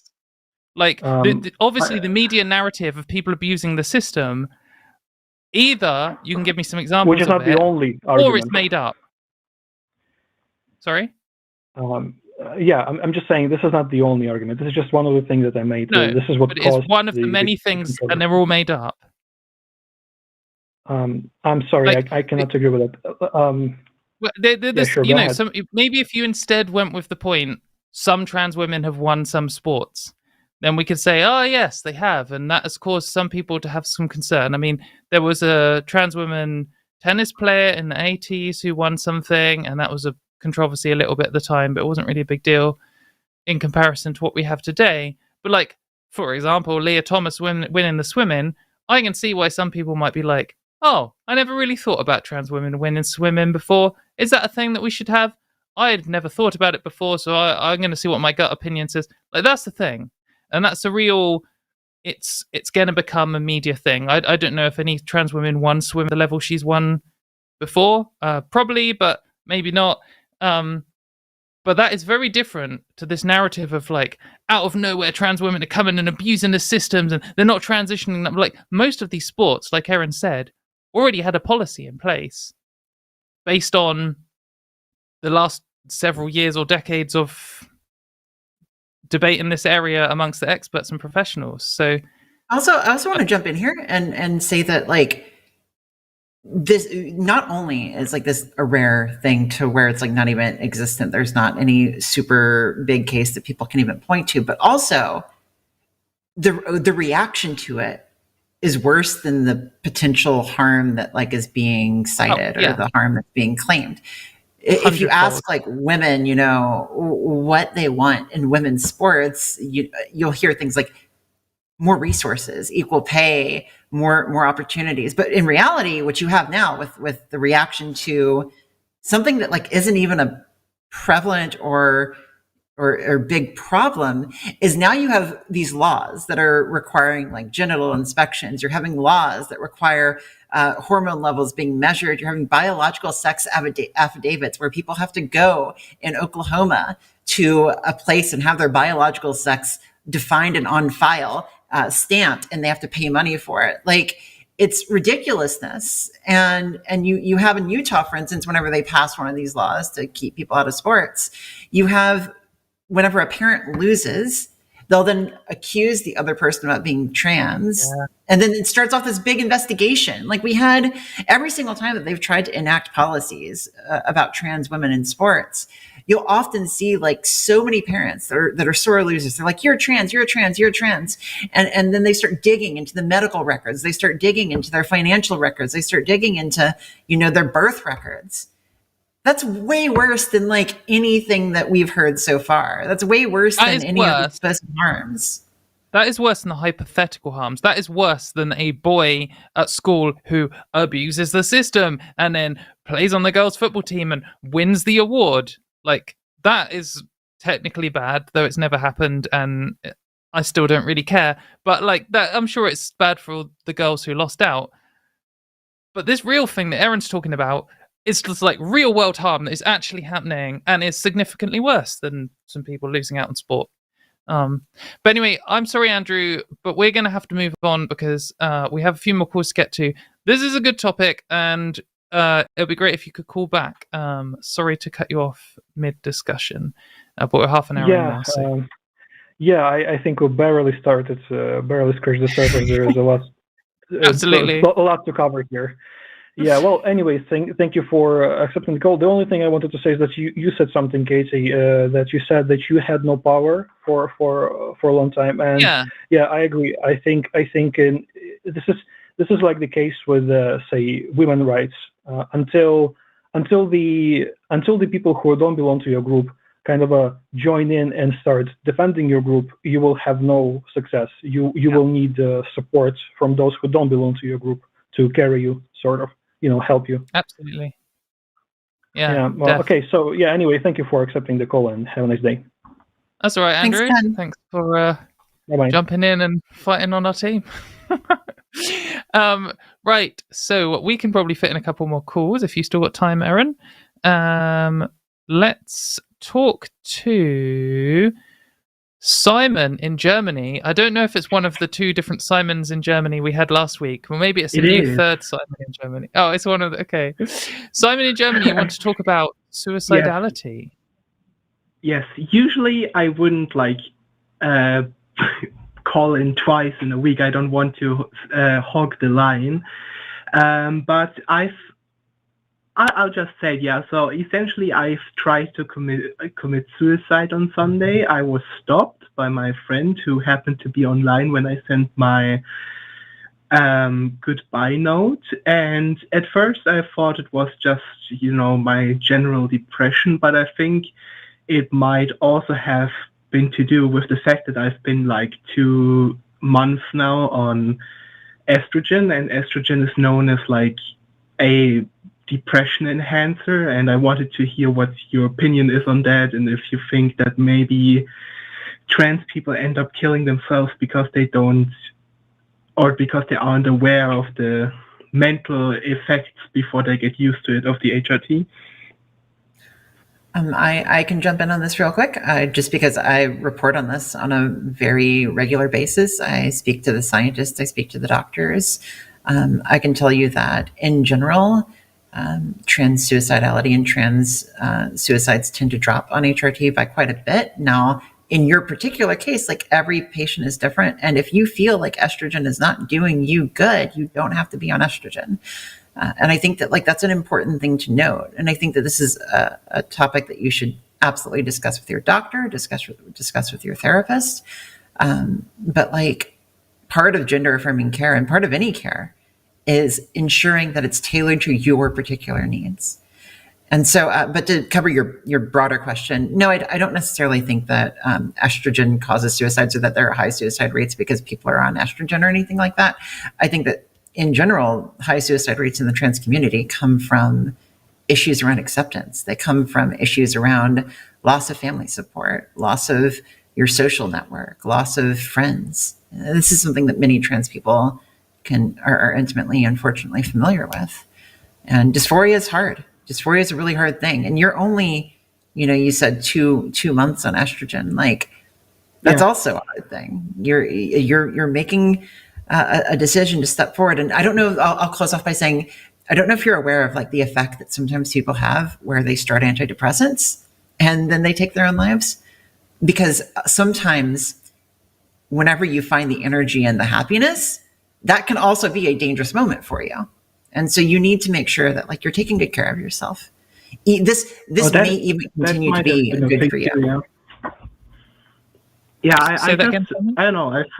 I've been pretty happy about taking the HRT, but it was also, I guess, making me a bit hormonal. So I thought maybe that was what made me decide to kill myself, but to actually go through with it. But yeah, I feel like after my friends told me that it's probably because of the estrogen, and I've just been basically period brained for a month or so, that maybe that's because of that. Then now that I realize that, I'm gonna feel better again. So yeah, I guess the first thing I wanted to just say was I'm really sorry to hear that you've gone through that, because it's a horrible thing. I agree with what Erin was saying. Statistically, it seems to help most people and reduce this kind of rates on a population level, reduce suicidality and suicide rates. But I will also say from my own personal experience, the changing of hormones from majority testosterone to majority estrogen, or whatever, however you want to describe it, was fucking bleak. It was absolutely the darkest time of my life for a little part of it, and particularly less so from estrogen, but from the testosterone blocker I was on. I tried. I had two different ones. Those too. Yeah, so originally I had finasteride, and finasteride made me really anxious and really not suicidal at all, but what's the word? Impending doom. It really felt like bad things would happen, and I hated finasteride, and I got off it, and I changed to decapeptyl, which for 10 weeks I would feel fine, and I would be quite happy and normal. And then for the 1 week before the injection, I would feel irritable and stressed and just not great. And then the one day after my injection, I'd feel fine. And then for the next week, I would feel so fucking bleak. Honestly, probably the I've ever felt in my life. For like 5 days or something. And I'm glad that I've stopped Decapeptyl and I no longer need testosterone blockers. But there are, I guess the reason I'm saying this is you will hear things like the majority of trans people are much better off when they take HRT. And then you'll go on Twitter and everyone will be like, I've been on HRT for 2 weeks and already I feel just like everything is amazing and my life is so much better. And I was reading all that. Like, I've literally never felt worse in my life. And then people are saying, if it's not right for you, you can just stop. And I'm like, I know this is right for me because the changes that are happening are reducing my dysphoria and the direction I'm heading in my life is making me feel better. But the actual, like, I feel like there's different types of emotions and rationalizations and, you know, the way you view yourself. And sometimes something really good can happen to you. But if you're feeling a negative emotion, you can kind of have both of those things at the same time and still feel bad while also being happy about something. And I felt like the chemical part of my emotions was just horrific, even if other stuff was fine in my life. And even though transition was, I think, making things better. And certainly when I wasn't in that kind of initial Decapeptyl first few days, like after that went like I'd have this injection on Monday, and by the weekend I'd be like, mate, I fucking love this. Transition is great. It's going really well. But for that week, it was terrible.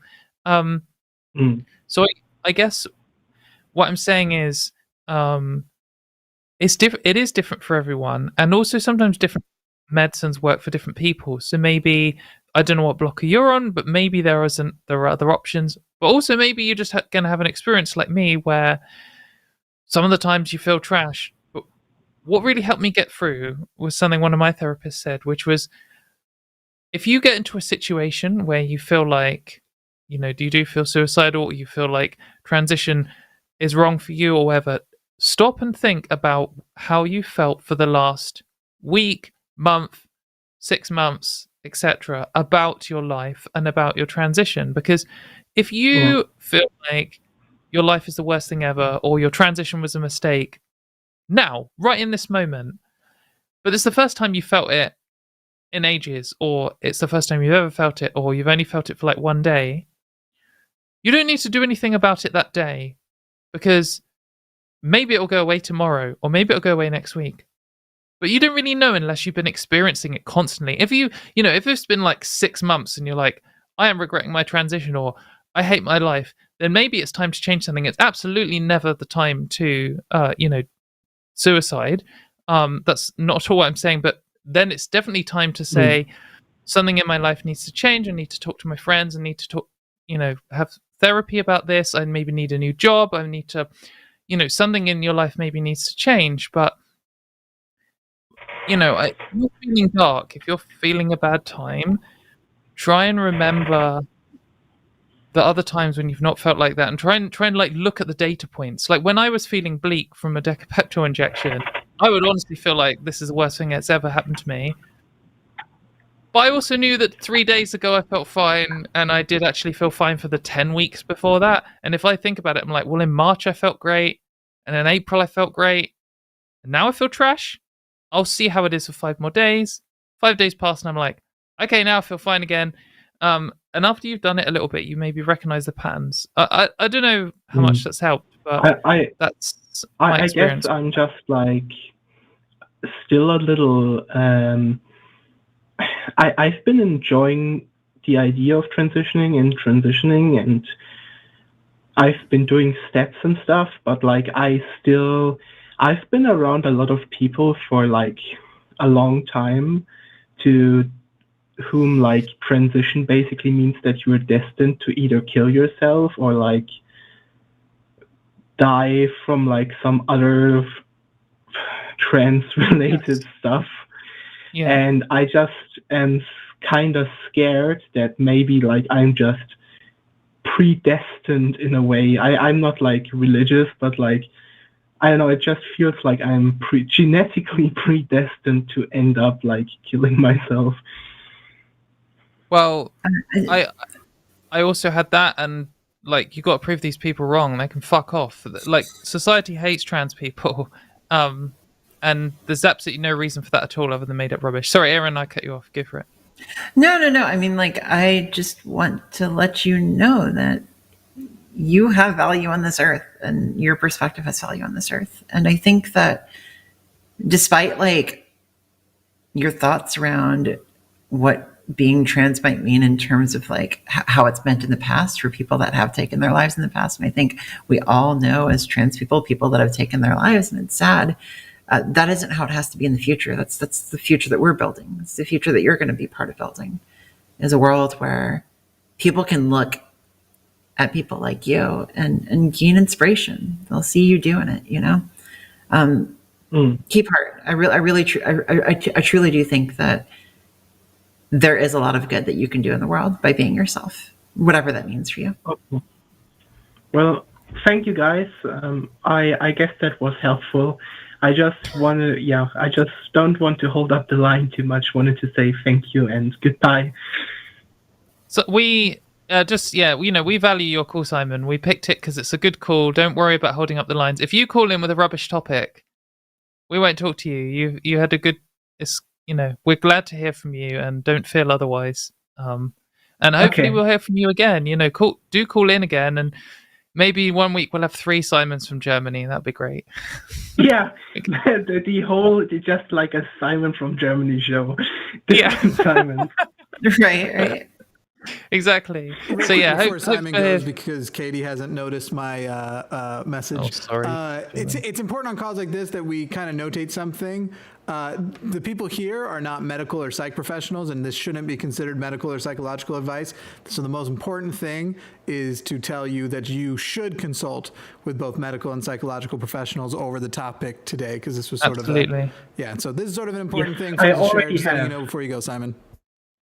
Yes, thank you. I already have, and thank you for the PSA. Thanks, Jimmy. Thanks, Simon.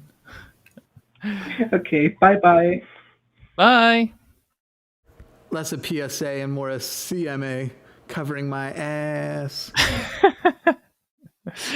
Sorry, I should have been explicit about that right at the start. I usually am, but it's a difficult topic, for sure.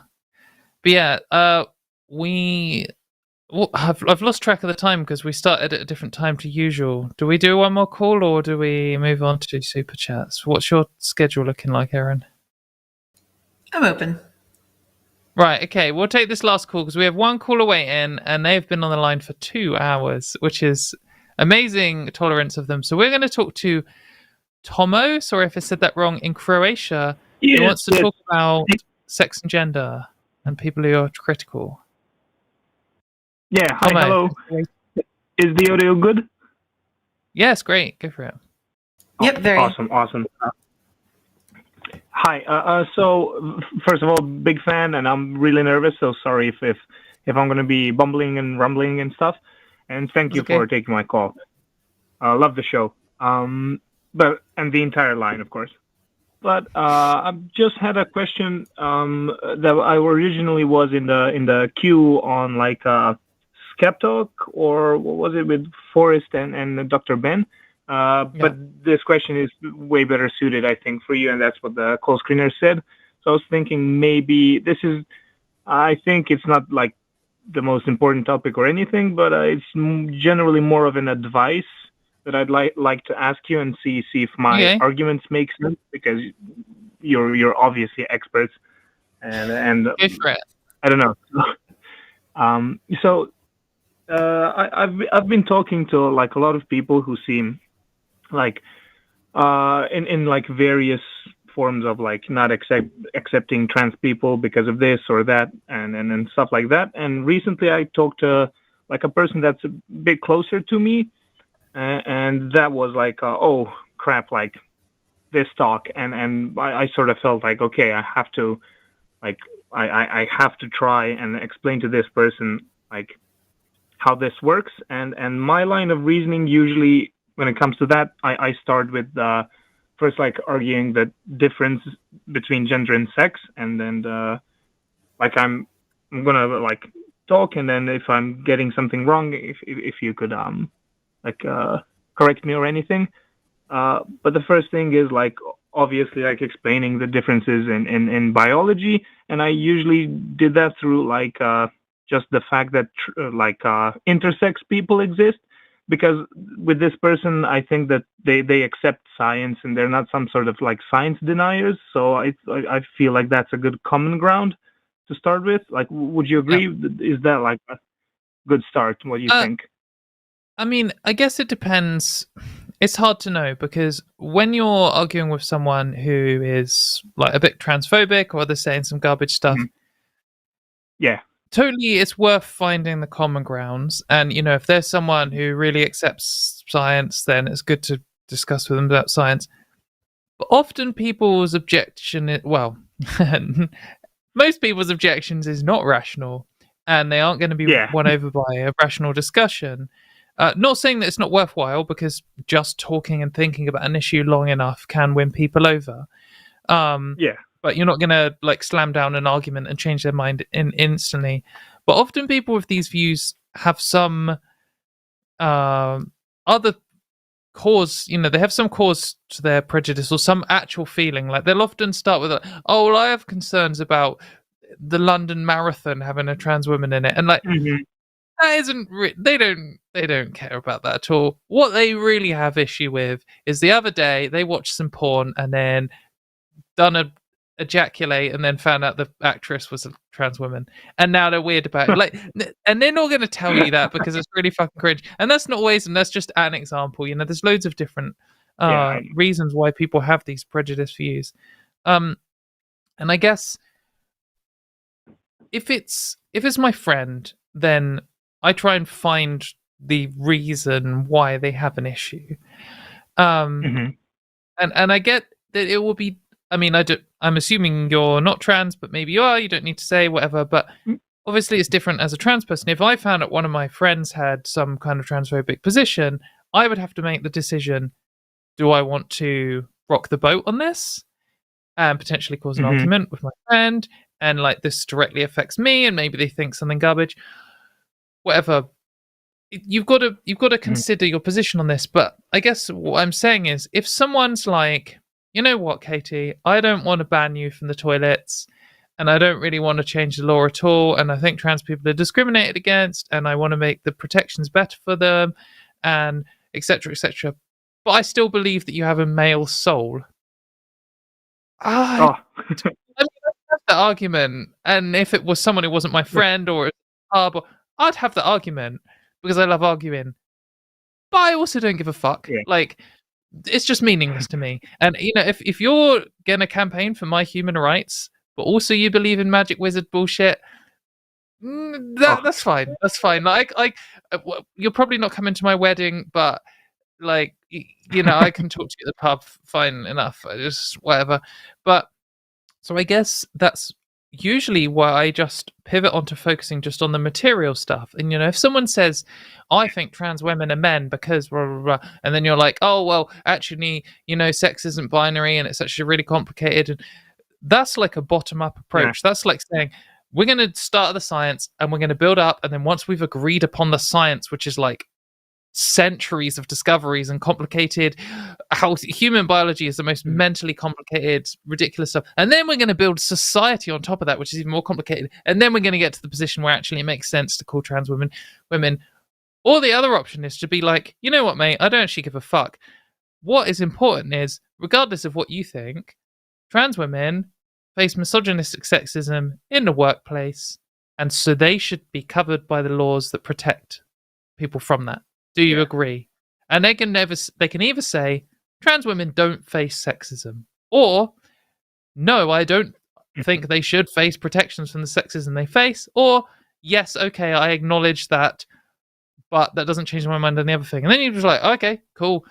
If you agree with that fact that trans women face misogyny because it's just like trivially true, and you can come up with examples, you can be like, here's Nikki tutorials from YouTube, and no one knew that she was a trans woman for like 10 years, and so obviously she faced sexism because all women do. And you can very easily argue that position. And when you say to them, and surely you think all people are equal, right, and they should all have the same protection, then they accept that position. And then you can be like, okay, cool, well, there you go, you agree with trans rights, let's talk about something else. And then the next day you'd be like, trans women are discriminated against in adopting? Do you think that, there's more kids that need adopting in the world than there are people offering to adopt them? Do you think we should discriminate against trans women just because they're... And they'll be like, no, of course not. But like, cool, let's change the subject. And then before long, you've won them over to supporting trans rights, but still just believing in male magic souls. And then their perception changes anyway over time. That's my I'll even jump in and say that I go even more basic than that for some people. Like, are you going to use my name and pronouns? Like that's it. That is all I ask of like 90% of people, is that just like, I don't care what you believe about me. I don't care what your personal views are. Like, I care that you know who I am, and I care that you give me basic respect and dignity whenever you're around me, and you give others basic respect and dignity. And even that is moving the needle for some people, because whenever you do that, and this person has a trans person in their lives, this person now is calling a trans person by their pronouns, then they can make that leap from, it's okay to do it for my friend, it's also okay for me to do it for others. And here's why it's okay. They could then realize, like, these are all the other things that are going on. And so, like, meet them where they are and move the needle if you're willing to put in the work for that person, if they are worth that work to you. This is why they describe it as grooming. And there's this famous article by, I can't remember who it's by, but it was a Metaphor Stater and J.K. Rowling thing, and you should go watch the ContraPoints video on J.K. Rowling, because I did the voice acting for this section. But basically, there was this famous article that said pronouns of rehypnol, which is like the most sexist, bullshit, offensive thing. Like, they're saying that calling a trans woman she is the same as date rape, which is absolutely disgusting. Oh my God. But the reason why they made this disgusting comparison is because they correctly recognized that if you treat trans people as humans and respect them like you would anyone else, then the needle moves, as Erin says, and you'll be more willing to hear the fact that they need legal rights. And once you accept that they need legal rights, then you start accepting them as fully members of society, and then you end up into the position where you no longer care whether trans women are women or not, just like you don't really care about anyone else on the street, whether they're a man or woman particularly.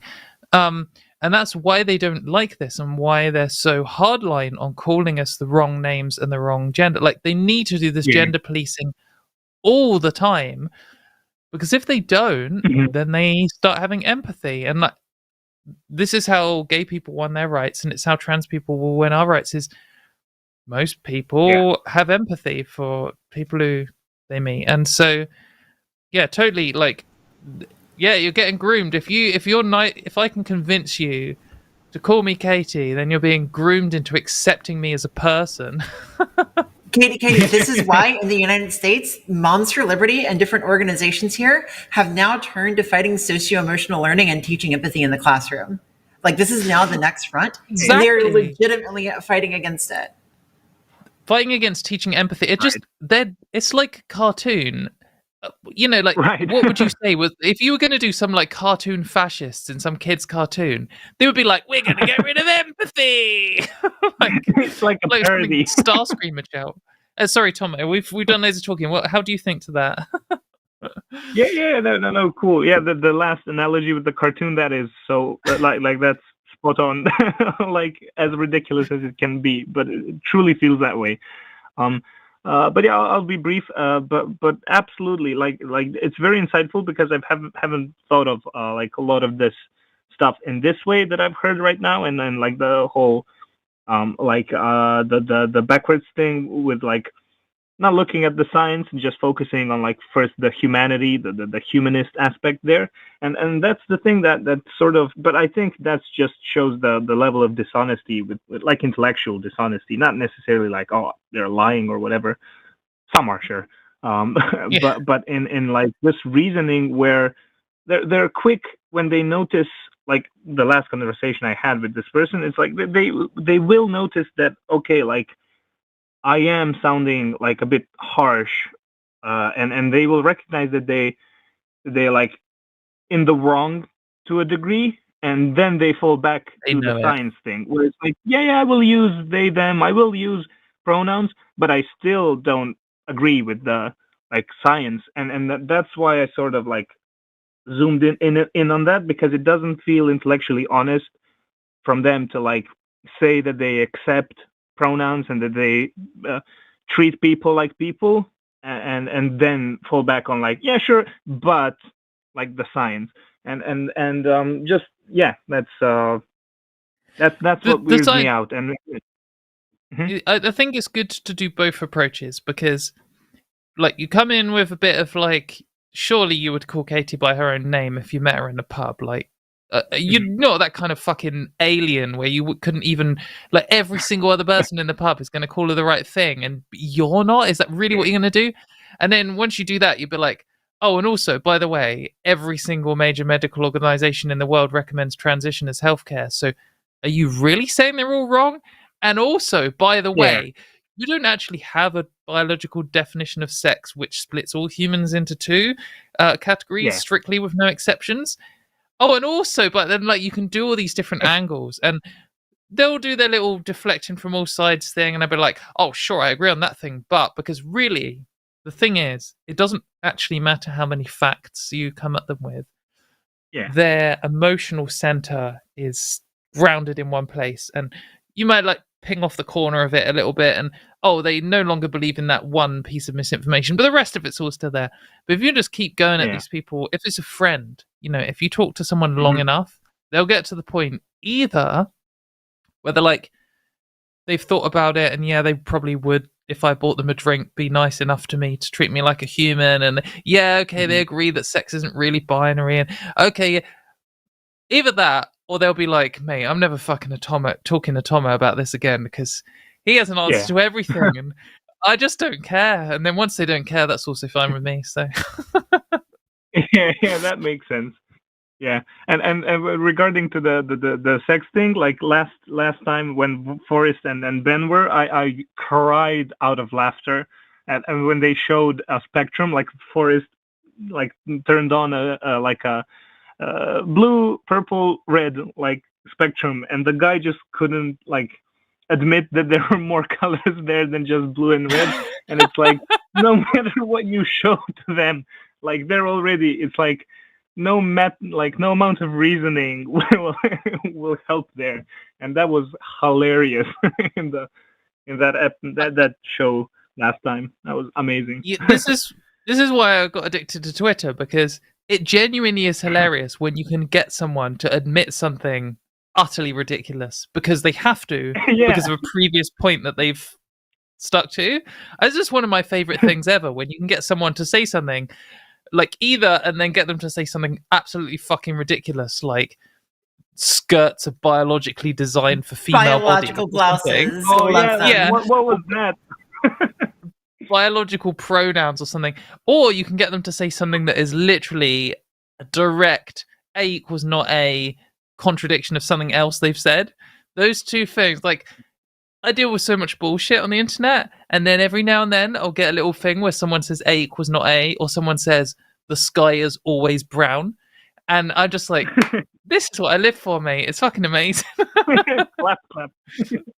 Yeah, that guy was like, Forrest was like, how many colors do you see here? And he said, I don't know, probably like infinite. And then he realized it was like two. It's two. Little slow brain catches up to what's going on. Yeah, totally. All right. Yeah, anyway, thanks for your call, Tomo. So much. Yeah, thank you. Love you guys. Love the whole show. And the line, you guys are amazing. So yeah, thank you for taking my call. You guys rock. Have a good one. Okay. Thanks for calling. Thanks for waiting. You too. Have a good one. Right. So that is our callers for the show. I think we had some good topics. Sorry if I talk too much, Erin. I always have too much to say. It's great. It's great. I'm like ranting off, and I'm like, nah, mate, what are you even talking about? And then you're like, well, here's a load of facts. And I'm like, oh yeah, should have said some facts. we also have the whole delay because of the cross-Atlantic divide. So I'll let you go, and then I cover up the details after. The what Atlantic divide? The transatlantic divide. Come on, that's what the show's called. You're not cross-gender, mate. Come on. I did a dumb thing. But yeah, so we are gonna. Oh, and actually, do you have anything else to say on the callers before we move on to super chats? Just to know, this is your chance to get some super chats in, $5 or more, and we are about to read them out. But what did you have anything to add on any of the calls, or what was your favorite call? No, I think I don't know. I always like talking sports. I think sports is a fascinating issue to talk about. And it's an issue that I think a lot of trans people stay away from. And it's an issue that a lot of cis people stay away from because it can be a scary issue to talk about. But I think that it's in those discussions that we can really get to the root of it. Because this is how all the anti-trans laws started. We had the sports laws in 2020. So in that case, basically, because there's going to be more sport things, like a new trans woman will win a sport at something like darts or something, and they want to ban it, and then it'll be a big thing, and J.K. Rowling will say something, and everyone will talk about it. When that next happens, you are going to be on this show, and I am not, because I fucking hate sports. I got you covered. I hate it. I don't want to watch him. I don't want to play him. Really funny.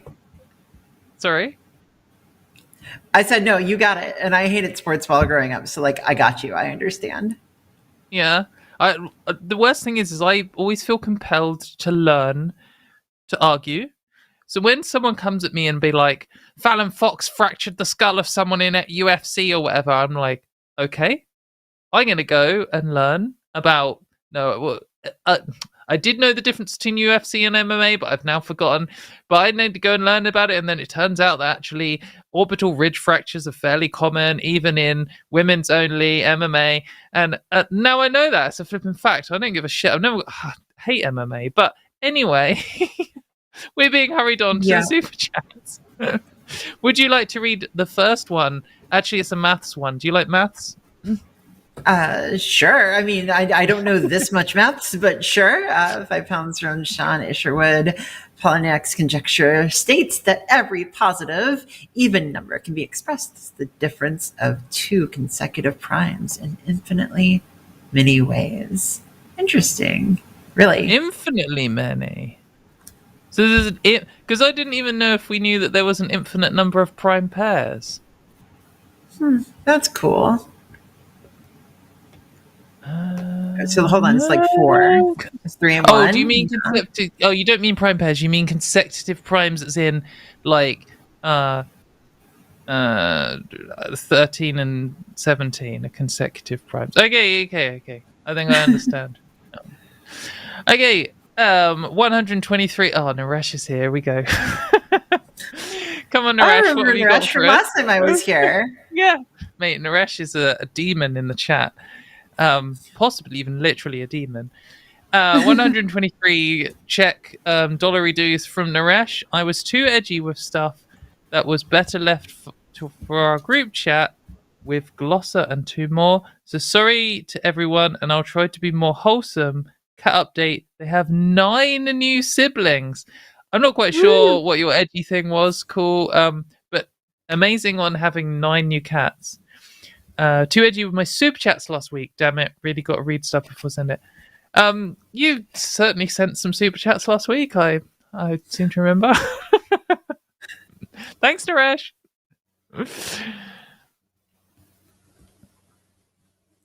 Go for it. Okay. 20 pounds from Jackie Greenland. Today, I had a LinkedIn recruiter contact me because they felt I was perfect for a role they had in Saudi Arabia. They often don't read my profile, but I had to unload on them for that one. It was crazy. Team Katy, you get a point. Yay. Yeah, that's pretty brutal. That is something that still makes me feel sad, and I guess it's some echo of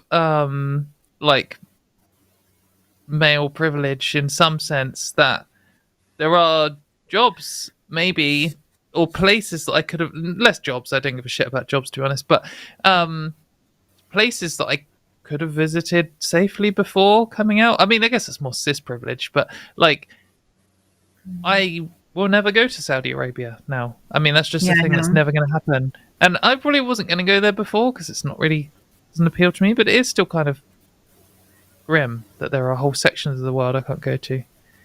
$10 from Alyssa. The new study was basically WPATH SOC 6 3 months wait before HRT for the control group, and informed consent for the test group. SOC 6 from 2001. The current is 8. It's over 20 years old, but TERFs insist it's unproven. Yeah, I know. It's fucking. They're gonna say unproven forever. They say GRS is unproven. It's like gonna be 100 years old soon. So nonsense. Next. Yep.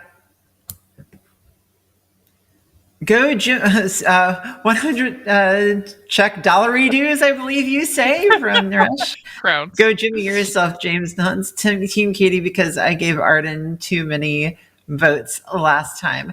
Thanks, you are gotten out to a good start. I won last time, so. Did you? Okay, well, that's it. Team Katie's got to show up because this is the only reason I invited it.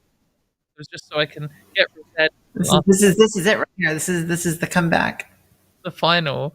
I'm not sure how happy Jimmy will be with the nickname James Nonce, but no, the context is that last night I mentioned that I'm not sharing what it is, but my legal last name is also a British slur, and so people are guessing different British slurs. Mate, I hope it's Tosser or Wanker. So I actually signed off as Jimmy Tosser last night. Twat, Jimmy Twat. Anyway, thanks Jimmy Nonce for the update. Next. I can't remember who read it. All right, $4.99 from John. Hello, ladies. Always good to see the black metal goddess Katie. Erin, I have seen you before, and good to see you again. Atheist Plunk 666 is my secret name. Team Erin. No, One no point point for me. No. Actually, Jimmy can decide. We need the hashtags, guys. Come on. We'll remind everyone now as we give this around that usually it's no hashtag, no vote, but we'll make Erin it as a guest, get lenience. But if this was Arden, minus 1 point for Arden. Oh. Yeah, there's your pity vote. All right, there we go. Sorry, 20 Canadian dollars from Kathleen Moncrief. Nothing says feminism like forcing AFAB kids to wear skirts. I think I just rolled my eyes so hard. I'm now looking at my own brain, which is exploding. But Kathleen, what about their biological need for skirts? Their biological need to wear impractical clothing at all times. Based on basic biology. 10 euro from Schedule, and love you all. I'll watch you tomorrow as I am a little bit drunk now at a party EU time. Any tips on how to be an even better ally? Go Jimmy yourself. Kisses to all. Heart, heart, heart. My main tip is getting drunk at parties and then telling everyone that they should call into this show. There you go. That is great allyship right there. Absolutely. $5 from Samantha Shepherd. Thank you for the show. Thanks for the super chat. Very kind. $4.99 for Louise Richardson. Back in the day, my father did say, you can just change your mind. He thought he was being reasonable, but of course he didn't see my side of it. I got that not even back in the day. I got that, 5 years ago. So it is something that I understand. Yes, for sure. $5 from Jason Jones. Hashtag Team Katie. At Erin, Jimmy, and the mods, and all the crew behind the scenes, keeping us all together here. Love you all. Absolutely. Super shout out to the mods in the chat who are always amazing at keeping out the riffraff. I love that term. It's not riffraff. It's kind of keeping out the dickheads, I guess. And also, extra shout out to our call screener this week, who was Jess from Canada. Thank you very much, Jess. You did a great job. We had some decent calls. Next. €5 from Jonathan Brockett. Come protest Posey Parker with us in Dublin this Saturday. Meeting at 11 a.m. outside the Dial. P.S. Katie, does rosemary sauce count as slime? Team Katie. A Posey Parker protest sounds good. We did that here in D.C. whenever she came here. So, and everyone's got to, they've got to consider that New Zealand really set the bar pretty high, because she left the country covered in soup. So, obviously. I don't recommend souping again because the lady who did the souping is still being abused by Nazis. They broke into a house over it. It's pretty horrific. Stay safe. Are you serious? Yeah, what is her name? Maybe it's like Elle or something. But she's been like absolutely fucking hounded by them for soup. I think they were extra offended that she managed to just walk in and they thought that she was a gender critical woman, and then she's trans and intersex, so everything they hate. But yeah, basically, let's hope that Dublin shows up. I forgot which city they said for a second there. But yeah, this Saturday on it. Time for some anti-fascist protesting. $10 from El Martel. Thanks for all your time and hard work. Thank you very much, Elle. $10 from Alyssa Nguyen. MyGeocities.com email still works since 1997. I wrote an article for my high school paper about being a trans teen. It got pulled. I put it on a GeoCities page. I wish I knew where my backup was. I know where my backup is, and it's great. It's so great to see your old GeoCities site, and it was so great for me. I was MySpace first thing I had. I never knew what GeoCities was. $10 from Madison. Thank you for the show. I look forward to it every week. Oh, that's kind. And thank you to Erin for bringing up the bodily autonomy argument. I will think on that further. Hashtag Team Mayo is awful. That's for me. Coming out 5-1. Where is Team Erin? I don't think... Strong. You're coming out real strong today. And you've got a cat on your shoulder and no one's voting for the cat. Like, I do. Oh, look at his face. She's been in like statue mode this time. Oh. $9.99 from Stacy 1904. Thank you for the weekly education about trans issues. I've learned so much. Super excited to see Erin on the show. Keep up the good work. Hashtag GFYJ. It's go fuck yourself, Jimmy. Oh, okay. $5 from Robin Webster. Great show, Katie and Erin. The kitty was the real star today. Oh, Poppy is down here being grumpy because her dinner was an hour ago. Sorry, Popster. You're the real star today. Oh. Next. $10 from Dylan Fuller. Men pretending to be women as if men who are too scared to wash their ass because it's gay could even fathom it. Also, Erin, what is your EP kitty's name? The cat. The chat loves them. They look so comfy. So this kitty right here is named Sappho, and she is actually my fiance's kitty, Zoe. Although she lives with me now for at least the near future. Oh. Yeah. And the first stuff was good too, thanks. We have 3 cats. We have Sappho, Lilith, and Cupcake. Oh, good names. $9.99 from Ramona. Showed up late today when Erin has a cat behind her. Melt. Just want to update on last week. I've got my meds back and I feel much better. Oh, that's good to hear. I'm glad. Thanks for all you do. Hashtag Team Katie. Hashtag medicine is good. Medicine is, on the whole, fairly decent.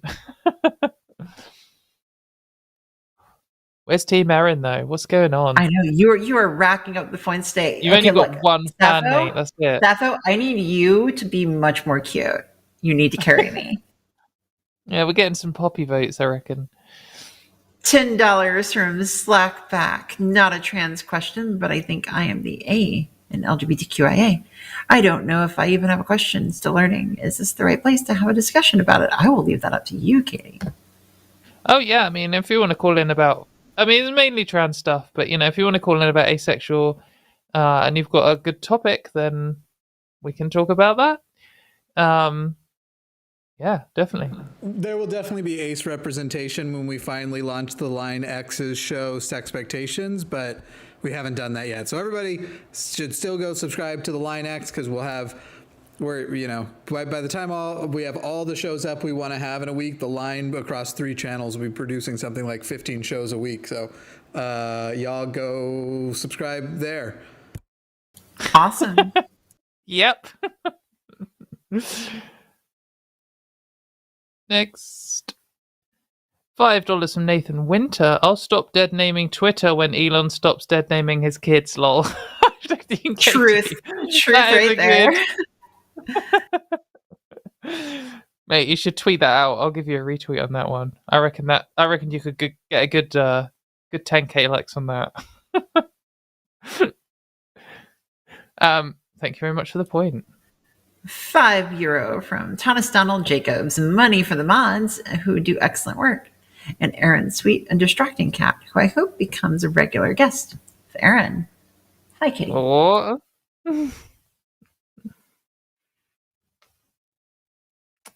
$5 from Unstillborn. Hashtag Team Sleepy Kitty. That's the point for you. Oh no, you'll wake her up. Yeah, I can't dance too much, and don't worry, she'll fall right back asleep, I promise you. 123 Czech dollaritos from Nourish. I love Cactus, the cross-Atlantic call-in show. Also, people join the Patreon. I just shared a new adorable cat video on the Line Discord. And the Line Discord? Yeah, there's a Discord. Maybe you should join the Patreon, and you can see Naresh's how many cats now? At least 10. We have at least 10, yes, apparently.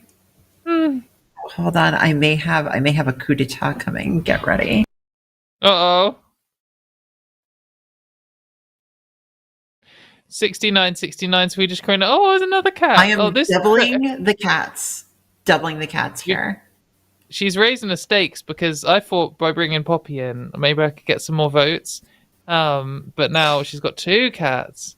Poppy doesn't like other cats, so I'm not going to be able to get another one in. 69 from Robin Taustig. I based my vote on the cat in the picture. Hashtag Erin. Woohoo! Well, Erin's winning on cats at the moment, so that's fair. This is the most cats we've ever had on Transatlantic. Maybe even on the line. I don't know. Perhaps, Look, I'm breaking out everything that I can. I'm breaking the cats out. This is Lilith right here. Lilith, Queen of the Demons, first wife of Adam. Next.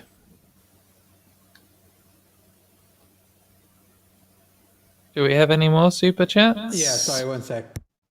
That's all right. Oh, Poppy. Poppy's so much more wriggly than your cats. But she is also very hungry at dinner time. I don't know if this is me, but I'll say it. £5 from Jack KB. Optimists say the glass is half full. Pessimists say the glass is half empty. Turfs say the glass is erasing women. Truth. And they also say the glass biology should decide whether it's pink or blue. 123 Czech crowns from Naresh. Hashtag Team Erin for the cute EP Meower. Also, I thought of sending this before Dylan called the cat EP. Stole my idea in advance, damn it. Well, it's a double EP cat. Or double EP cats, I don't know. And one hungry cat? I don't know. Next. Ooh. Try and say this. €5 from Sejel, Team Lasco. It's probably Sale, and it's Lashko, the little thing he makes that s into a sh, and it's Lashko is a Slovenian bear, and say all comments every now and then about Team Lashko, which is me, because I was in the Lashko Cool. beer advert once. Because were you really? they did Amazing. yeah, they did. I know. Don't tell the fucking Republicans that a trans woman was in a beer advert. No, they will get on top, and then they'll make it as if it's a U.S. ad that's going on, and we've seen this before. Yeah. £5 from Samantha Patrick, Team Erin. Oh no, I've encouraged all the Erins to come out. She's going to win at the last minute again. $9.99 from Willow Wisp. Thank you very much. I was going to say 69. I don't know if there's 69s or not. $5 from Miss Seaside Hill Witch. I called a few weeks ago about losing my health insurance, and I feel so glad that I did not really develop into a man, and I hate my body hair. These are all very relatable things to, I think, a lot of people. Absolutely. I hope your healthcare situation resolves itself eventually. Gosh, I've got so much cat hair stuck to my nose. I'm actually allergic to cats. Oh no. $5 from Trinity Essex. The original patent holder for the fire hydrant is unknown as it was destroyed in a fire. Oh, that's hilarious. Hey, Lilith, did you hear that? You're winning me votes now. Thank you.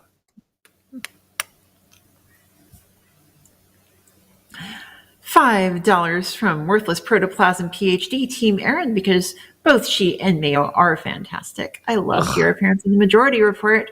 Jimmy the Bush can go pluck himself. Majority Report was really fun to be on. A lot of people saw me there too, which I think was really cool. It's a pretty big show, isn't it? Did you fly out there or? No. I was just video, yeah. Oh, that's cool. $9.99 from Fancy Wire. Another name for a coat hanger. Thanks to everyone. Sorry, I don't know why I said that. Thanks to everyone who puts on these shows together, even Jimmy. I don't know if we go that far, but yeah, thanks to everyone else.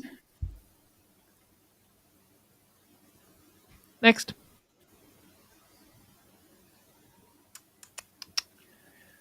I know that when we get to a new page of super chats, it's difficult to. Oh, I'm getting I'm getting abused for saying that. Don't thank Jimmy. Oh no! Well, the joke's on him because green is my favorite color. So. You're greened out. £5 from Sean Isherwood. Polyak's conjecture generalizes the twin prime conjecture.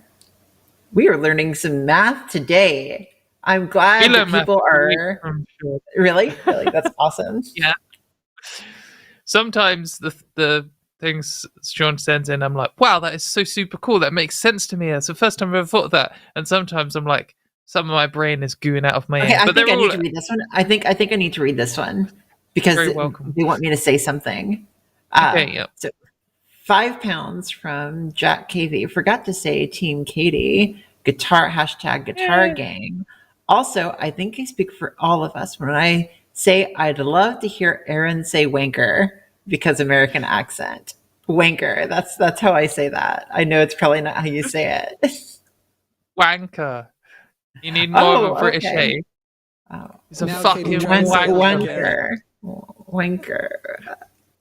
You can also drag out the word like you can in twat as well. That's where they're really good swear words because when someone goes past, you can be like twat, and it's just such a satisfying. He's a fucking wanker, mate. Wanker. Yeah. I want to hear Katy say it like Erin. Wanker. You got it. By the way, perfect. Oh, amazing. I've got a proper good wanker story that I'm just going to tell. It's only short. But so I was at this metal festival and it's super international. We're in Slovenia, the one with the Lashko. And we met these Germans and they were like high on something. And we were like, couldn't really communicate much, but we're teaching them British swear words and they were teaching us German ones.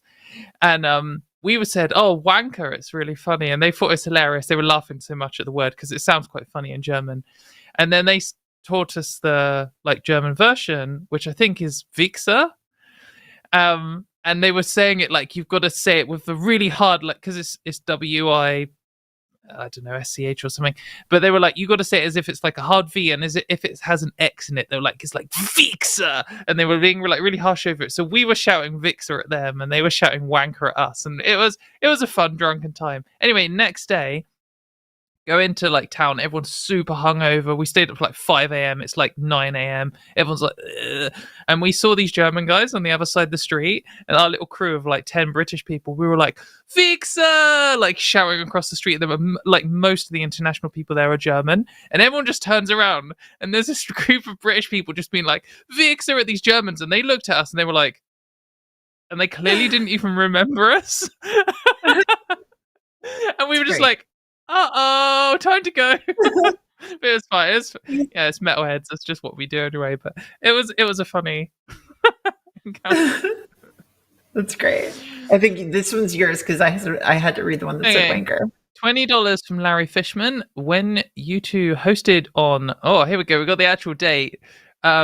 The first day of the 21st month, 2023, you gave me the push I needed to accept being trans. I'm now 5.5 months on the HRT, and I'm starting to not hate my body. In retrospect, you saved my life. # Team Erin for the torty. Oh, that makes me so happy. Glad to have groomed you live on air. Thank you very much.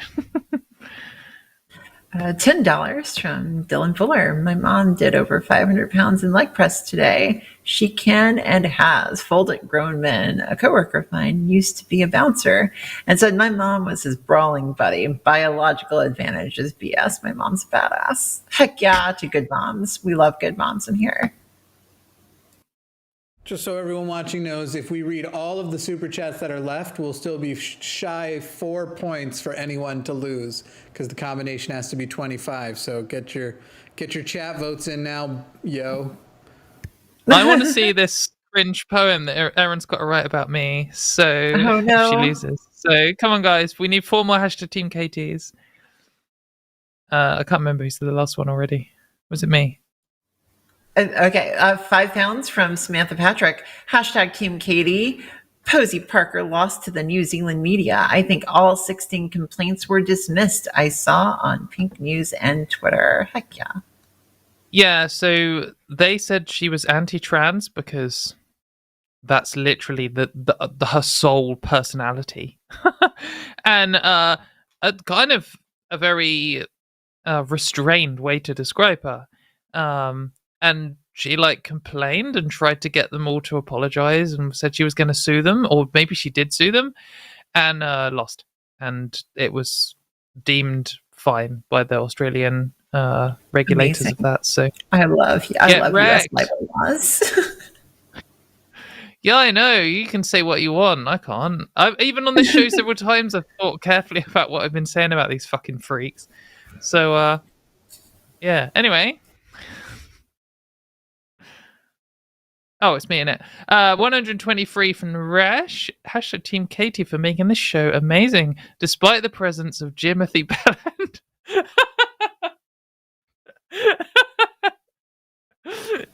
Amazing. Jimothy... I didn't see the end of that. Jimothy Belland is absolutely... I'm going to change my Jimmy in my phone right now to Jimothy Belland. Jimothy. Also, when will you finally fire him? Well, Jimmy kind of...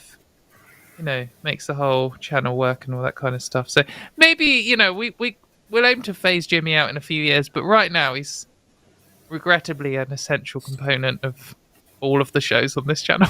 So. This is a reference to a recent uptick in people requesting that Matt fire me, legitimately thinking that Matt could fire me. And then also somebody earlier this week trying to convince Ben that he was actually uncomfortable with jokes that he was participating in making, and suggesting that perhaps Ben should be suing for a hostile workplace.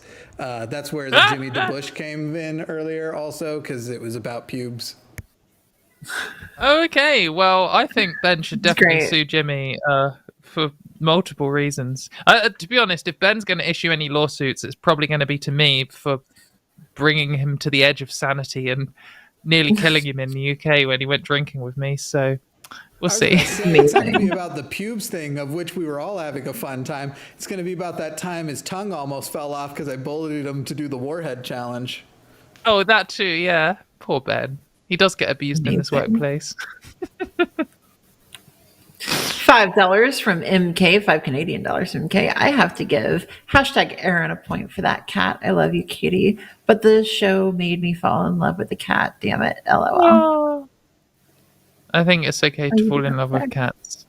That's getting cut out of context. Next.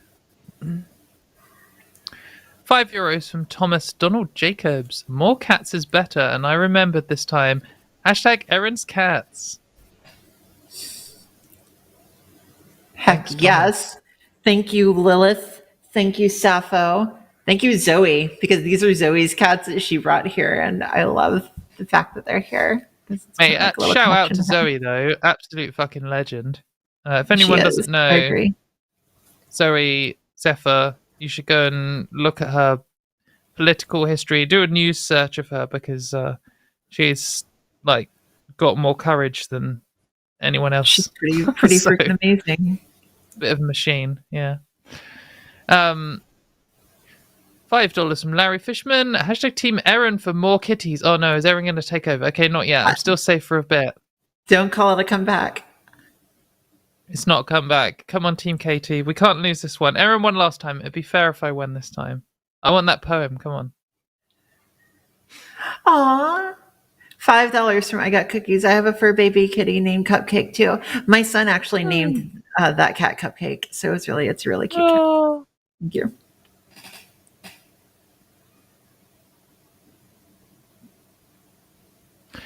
$5 from Curb C. I watch a lot of YouTube and I love this show. I've watched every week since it came out. Oh, amazing. Also, Katie, I keep hearing your voice reading quotes in videos. Yeah, I've been in a few. Good channels, all good channels. Thank you very much. Next. 100 Czech dollar dues from Naresh. Transatlantic Cat Holding Show. Team Erin, the power of cats cannot be defeated. But Katie does have a lot of votes, so I don't know. We will see. I broke out the nuclear option dangerously here. close. Come on, Team Katie. Come on.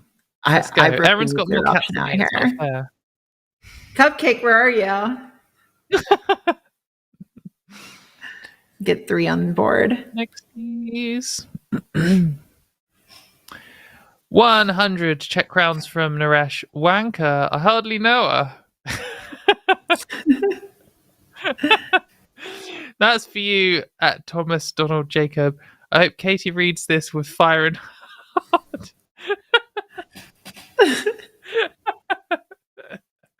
Great. There's fire in my heart now, anyway. Thanks, Naresh.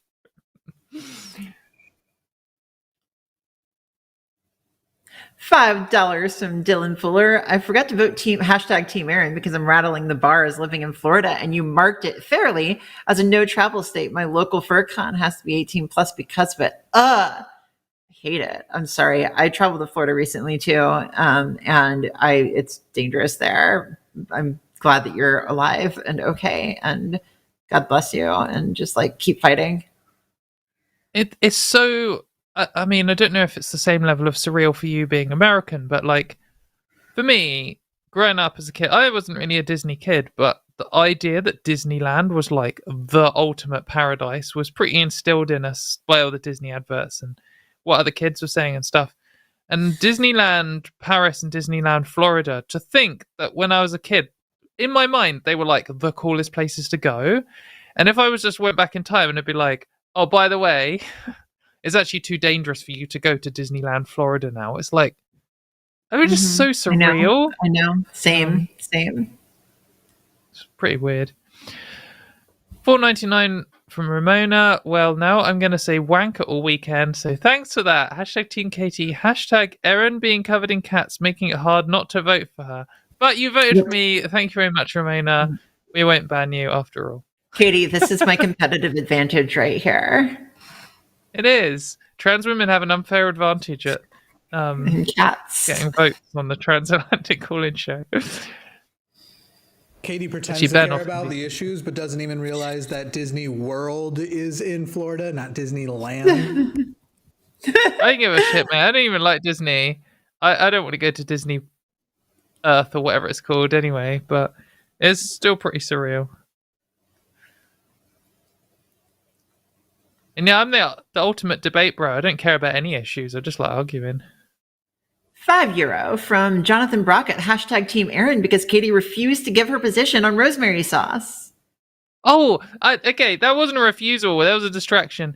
I don't know what rosemary sauce is. I presume, rosemary sauce is just a sauce that tastes like rosemary, right? So you could make a slimy gloop version, which would be disgusting. Or you could make some kind I imagine in my head, if someone said make rosemary sauce, I made like a white sauce, like as if I was going to make a cheese sauce, and I put rosemary in it. That wouldn't be slime.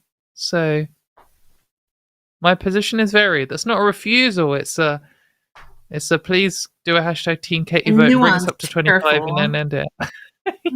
Not careful. I say what I think about sauce on this show. $5 from Larry Fishman. Other possible surnames for Jimmy are Cockpomple, Minger, Tosser, Chav, and Flag. Yes, I just Googled British slurs, hashtag Team Erin. I'm sure that I just spoke all those British slurs as if I Googled those. So No, I'm not a fan of Cockwomble. It seems too cringe to me, but Minger's a classic. Tosser is a good one. Tosser's another one like wanker. You can be like this when you drive past someone. You'd be like, "Oh, Tosser." I wouldn't. Chav isn't. I mean, Chav kind of is a slur, but like, I don't know. And slag. If you want to say slag, you got to say it like you're from South End. You got to really drag out the A. You'd be like, Slag. fucking slag. Flag. It's another good one. All right, cool. Yeah, mate, we have some good slurs. I think that we do beat Americans on slurs. You do. I agree with you there. $5 from Unapologetically Chrissy. Hashtag Team Katie. Super chats are my favourite part of the live stream. Oh, amazing. I like the little laughing cat too. 13 each. Neck and neck. It's getting suspenseful. I know.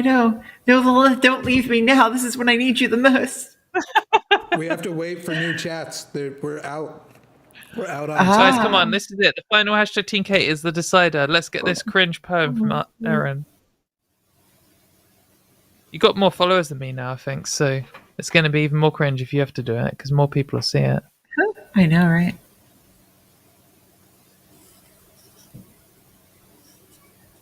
You could talk. No, well, we're just going to sit in silence. No, we're just going to sit in silence until super chats materialize. Yeah. Come on, yeah, guys. Hold on. We command them. We're so entitled. I'm going to use my competitive advantage a little bit more by bringing my cat Lilith right Oh, there. no. Oh, Oh no, she's gone. Lose me.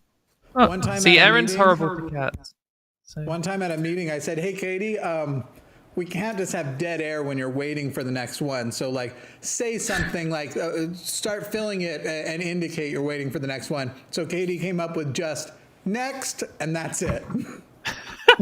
Well, the thing is, because I could just talk forever. My problem is that if there's a gap, and I'll just fill it with bullshit, and then suddenly, like 14 minutes later, I'm still talking about the thing. I'm talking about a new thing, talking about the difference between ticks and mites, which I actually Googled today, and it's harder to see the difference than you think, because they actually have quite a lot of overlap between the two. Oh. $5 from Worthless Protoplasm PhD Team Erin. That must just be one of 3 coming in with 2 hashtag Team KTs. Yes, it is. $10 Oh, from Helen no. Lawson. Hashtag Team KT. Sorry, Erin, but the challenge sounded too good. I can't believe anyone can find nice things to say about Katie. Sappho, do not leave. Do not leave. Jimothy Bellend. Oh, see, look, you can't vote for Erin. Yes, this is it. It's coming in. The cats are gone. The votes are cat's here. gone. The cats have left.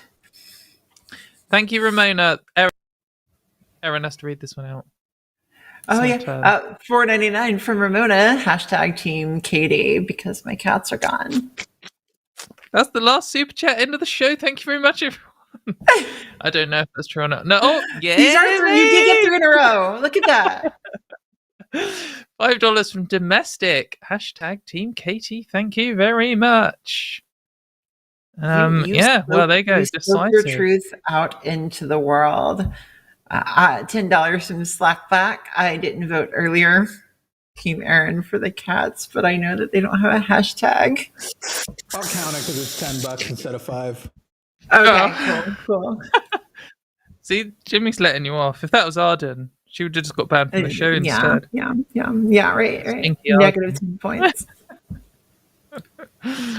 Well, it looks like it. I think that's the end. To be over. Well, appears to be over. That's it. There can't be any Erin themed comebacks right now. Pretty much. More, nothing at all. RIP. No cats. Erin, where will you be posting the poem? By the way, this kind of works out for you because we're now going to ask you where you're going to post the poem. Now you're going to say the platform, and then you're going to gain the followers of the people who want to see the poem. Which kind of works. Yeah, I think you should put it on your website. On my, oh my God, no! I'm not putting it on my. I'll drop it on Twitter. You can go to at Erin in the Morn on Twitter, and you will see.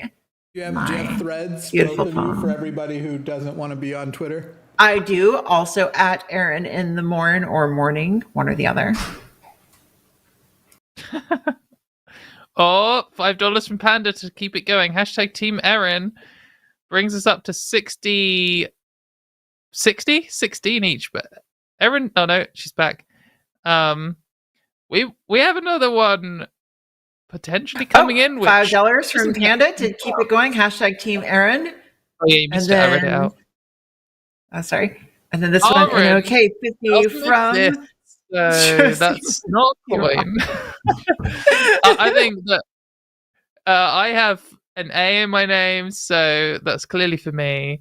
And you don't. Dyslexia here. Wow. Fucking Katy the A-word. On this show, we punish dyslexia. You know what? There's more coming in though. Is dyslexic. Huh?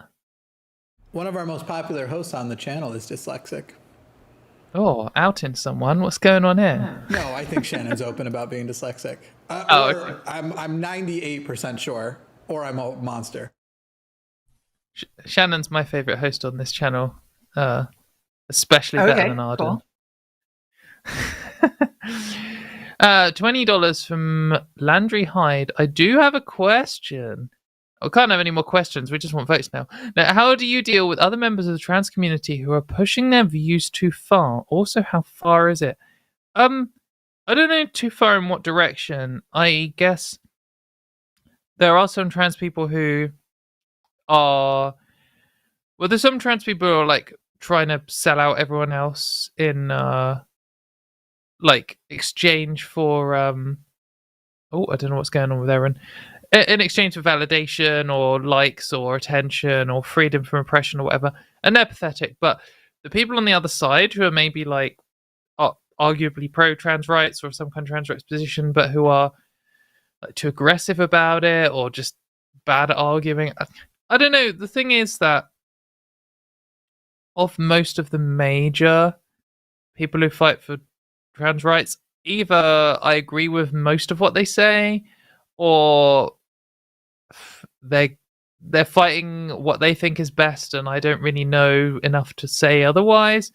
Or like they're fine. Like I wrote an article about this on my website, katymontgomerie.com, saying how solidarity is more important than liking people.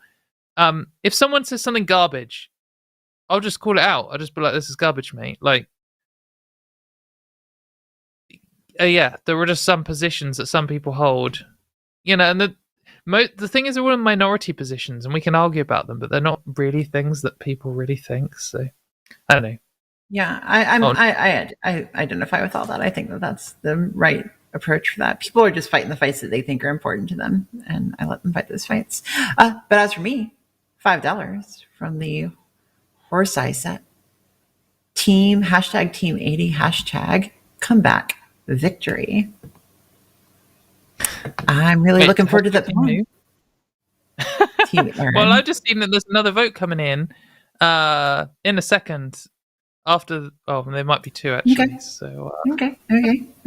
Oh no. Oh, hell is live streaming until you get your vote count. Yes, it is. It's getting going forever. I need to go to bed.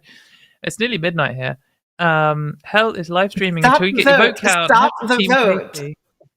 Stop the count. Hashtag Team Katie, because I feel I know her. Well, I'm glad we have a parasocial relationship. I guess. Maybe it's bad. 50. What is it? Okay. Norwegian krona. 50 Norwegian krona from Josie Wayne. Hashtag Erin. Misspelled Erin. It's all right. We'll let you off.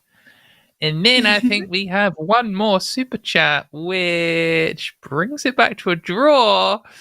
£5 from Jackie Greenland. Hashtag Team Brizzle. Always vote the home team. So now we're 18 apiece, guys. Oh no! Now we need 2 more. Dog. Oh, Poor Violet. Look at everybody breaking out the dog. No, don't look at the dog. She's trying to win you over with a dog. Dog. Look, Too many at this animals. Dog. So cute. I'm so never cute. voting someone. Erin, you got another vote. Oh, hello. 6969 from Robin Talstick. Hashtag Erin. I really like her cats. And my Pumbaa was glued to the TV. Hashtag Team KT from Naresh, because why not? Exactly. That's the main reason. Now we're locked at 19 each. This is Naresh, the way of things. You need to recruit some of your cats to vote, I think. Yeah, well, we're just going to sit in silence and stare at the screen with absolutely no emotions until the dog shows up. Of course, dead air. What is dead air? That doesn't exist. I don't know what you're talking about. By the way, I like your earrings. Are they Lego or are they just LGBT? Yes, they are. They are amazing. Oh, look at the dog. Oh, yeah. And they are fully like functional Lego. You can pull them apart. It's pretty great, actually. Oh, that's cool. I wear them all. I wear them in all my TikToks. So you just be like, yep, and then they fully come apart. I'm glad that Lego has started grooming children into LGBT ideology. Right. By having multicolored Lego. Yeah, well, to be honest, back in my day, they didn't have orange, so that's new. Really? I didn't know that. I didn't know that they didn't have orange back then. Yeah, I don't remember orange or not having orange. Also, do you have like 2 different purpley colors there? We didn't have 2 different purpley colors. We had a blue, we had a green. Green was rare. Green Lego was rare when I was little. Like, green Lego probably came out when I was a kid. That's the claim that I'm going with. Look, I was invented around the same time as green Lego. That's my hard claim. Right, we have the final deciding super chat. Hashtag Team Katie. Oh no! Anyway, I really do have to go to bed now. I know Jimmy wants us to drag this out forever because it helps the channel, but also it's nearly midnight and I am tired and hungry. And I mean, the worst case scenario would be that we got to 50 where you both lose. But you know. Yeah, but that's going to take more than 1 minute, innit? All right, you better do that. Will it take more than 1 minute? Anybody else can vote. Somebody could do it really quickly and make it so that I'm not the only one. And thank you very much, everyone, for watching the show. Thanks, Erin, for being a guest. It was a really good cause. See you all. Bye. I'm Bye. glad to get the podium. Yay! Give this a moment to play. Get all the. We do have a moment to play. I don't know. Great. I should update the list, but Katie's mad. And thanks to Timothy Bellen. That was the highlight of my show. I don't even know if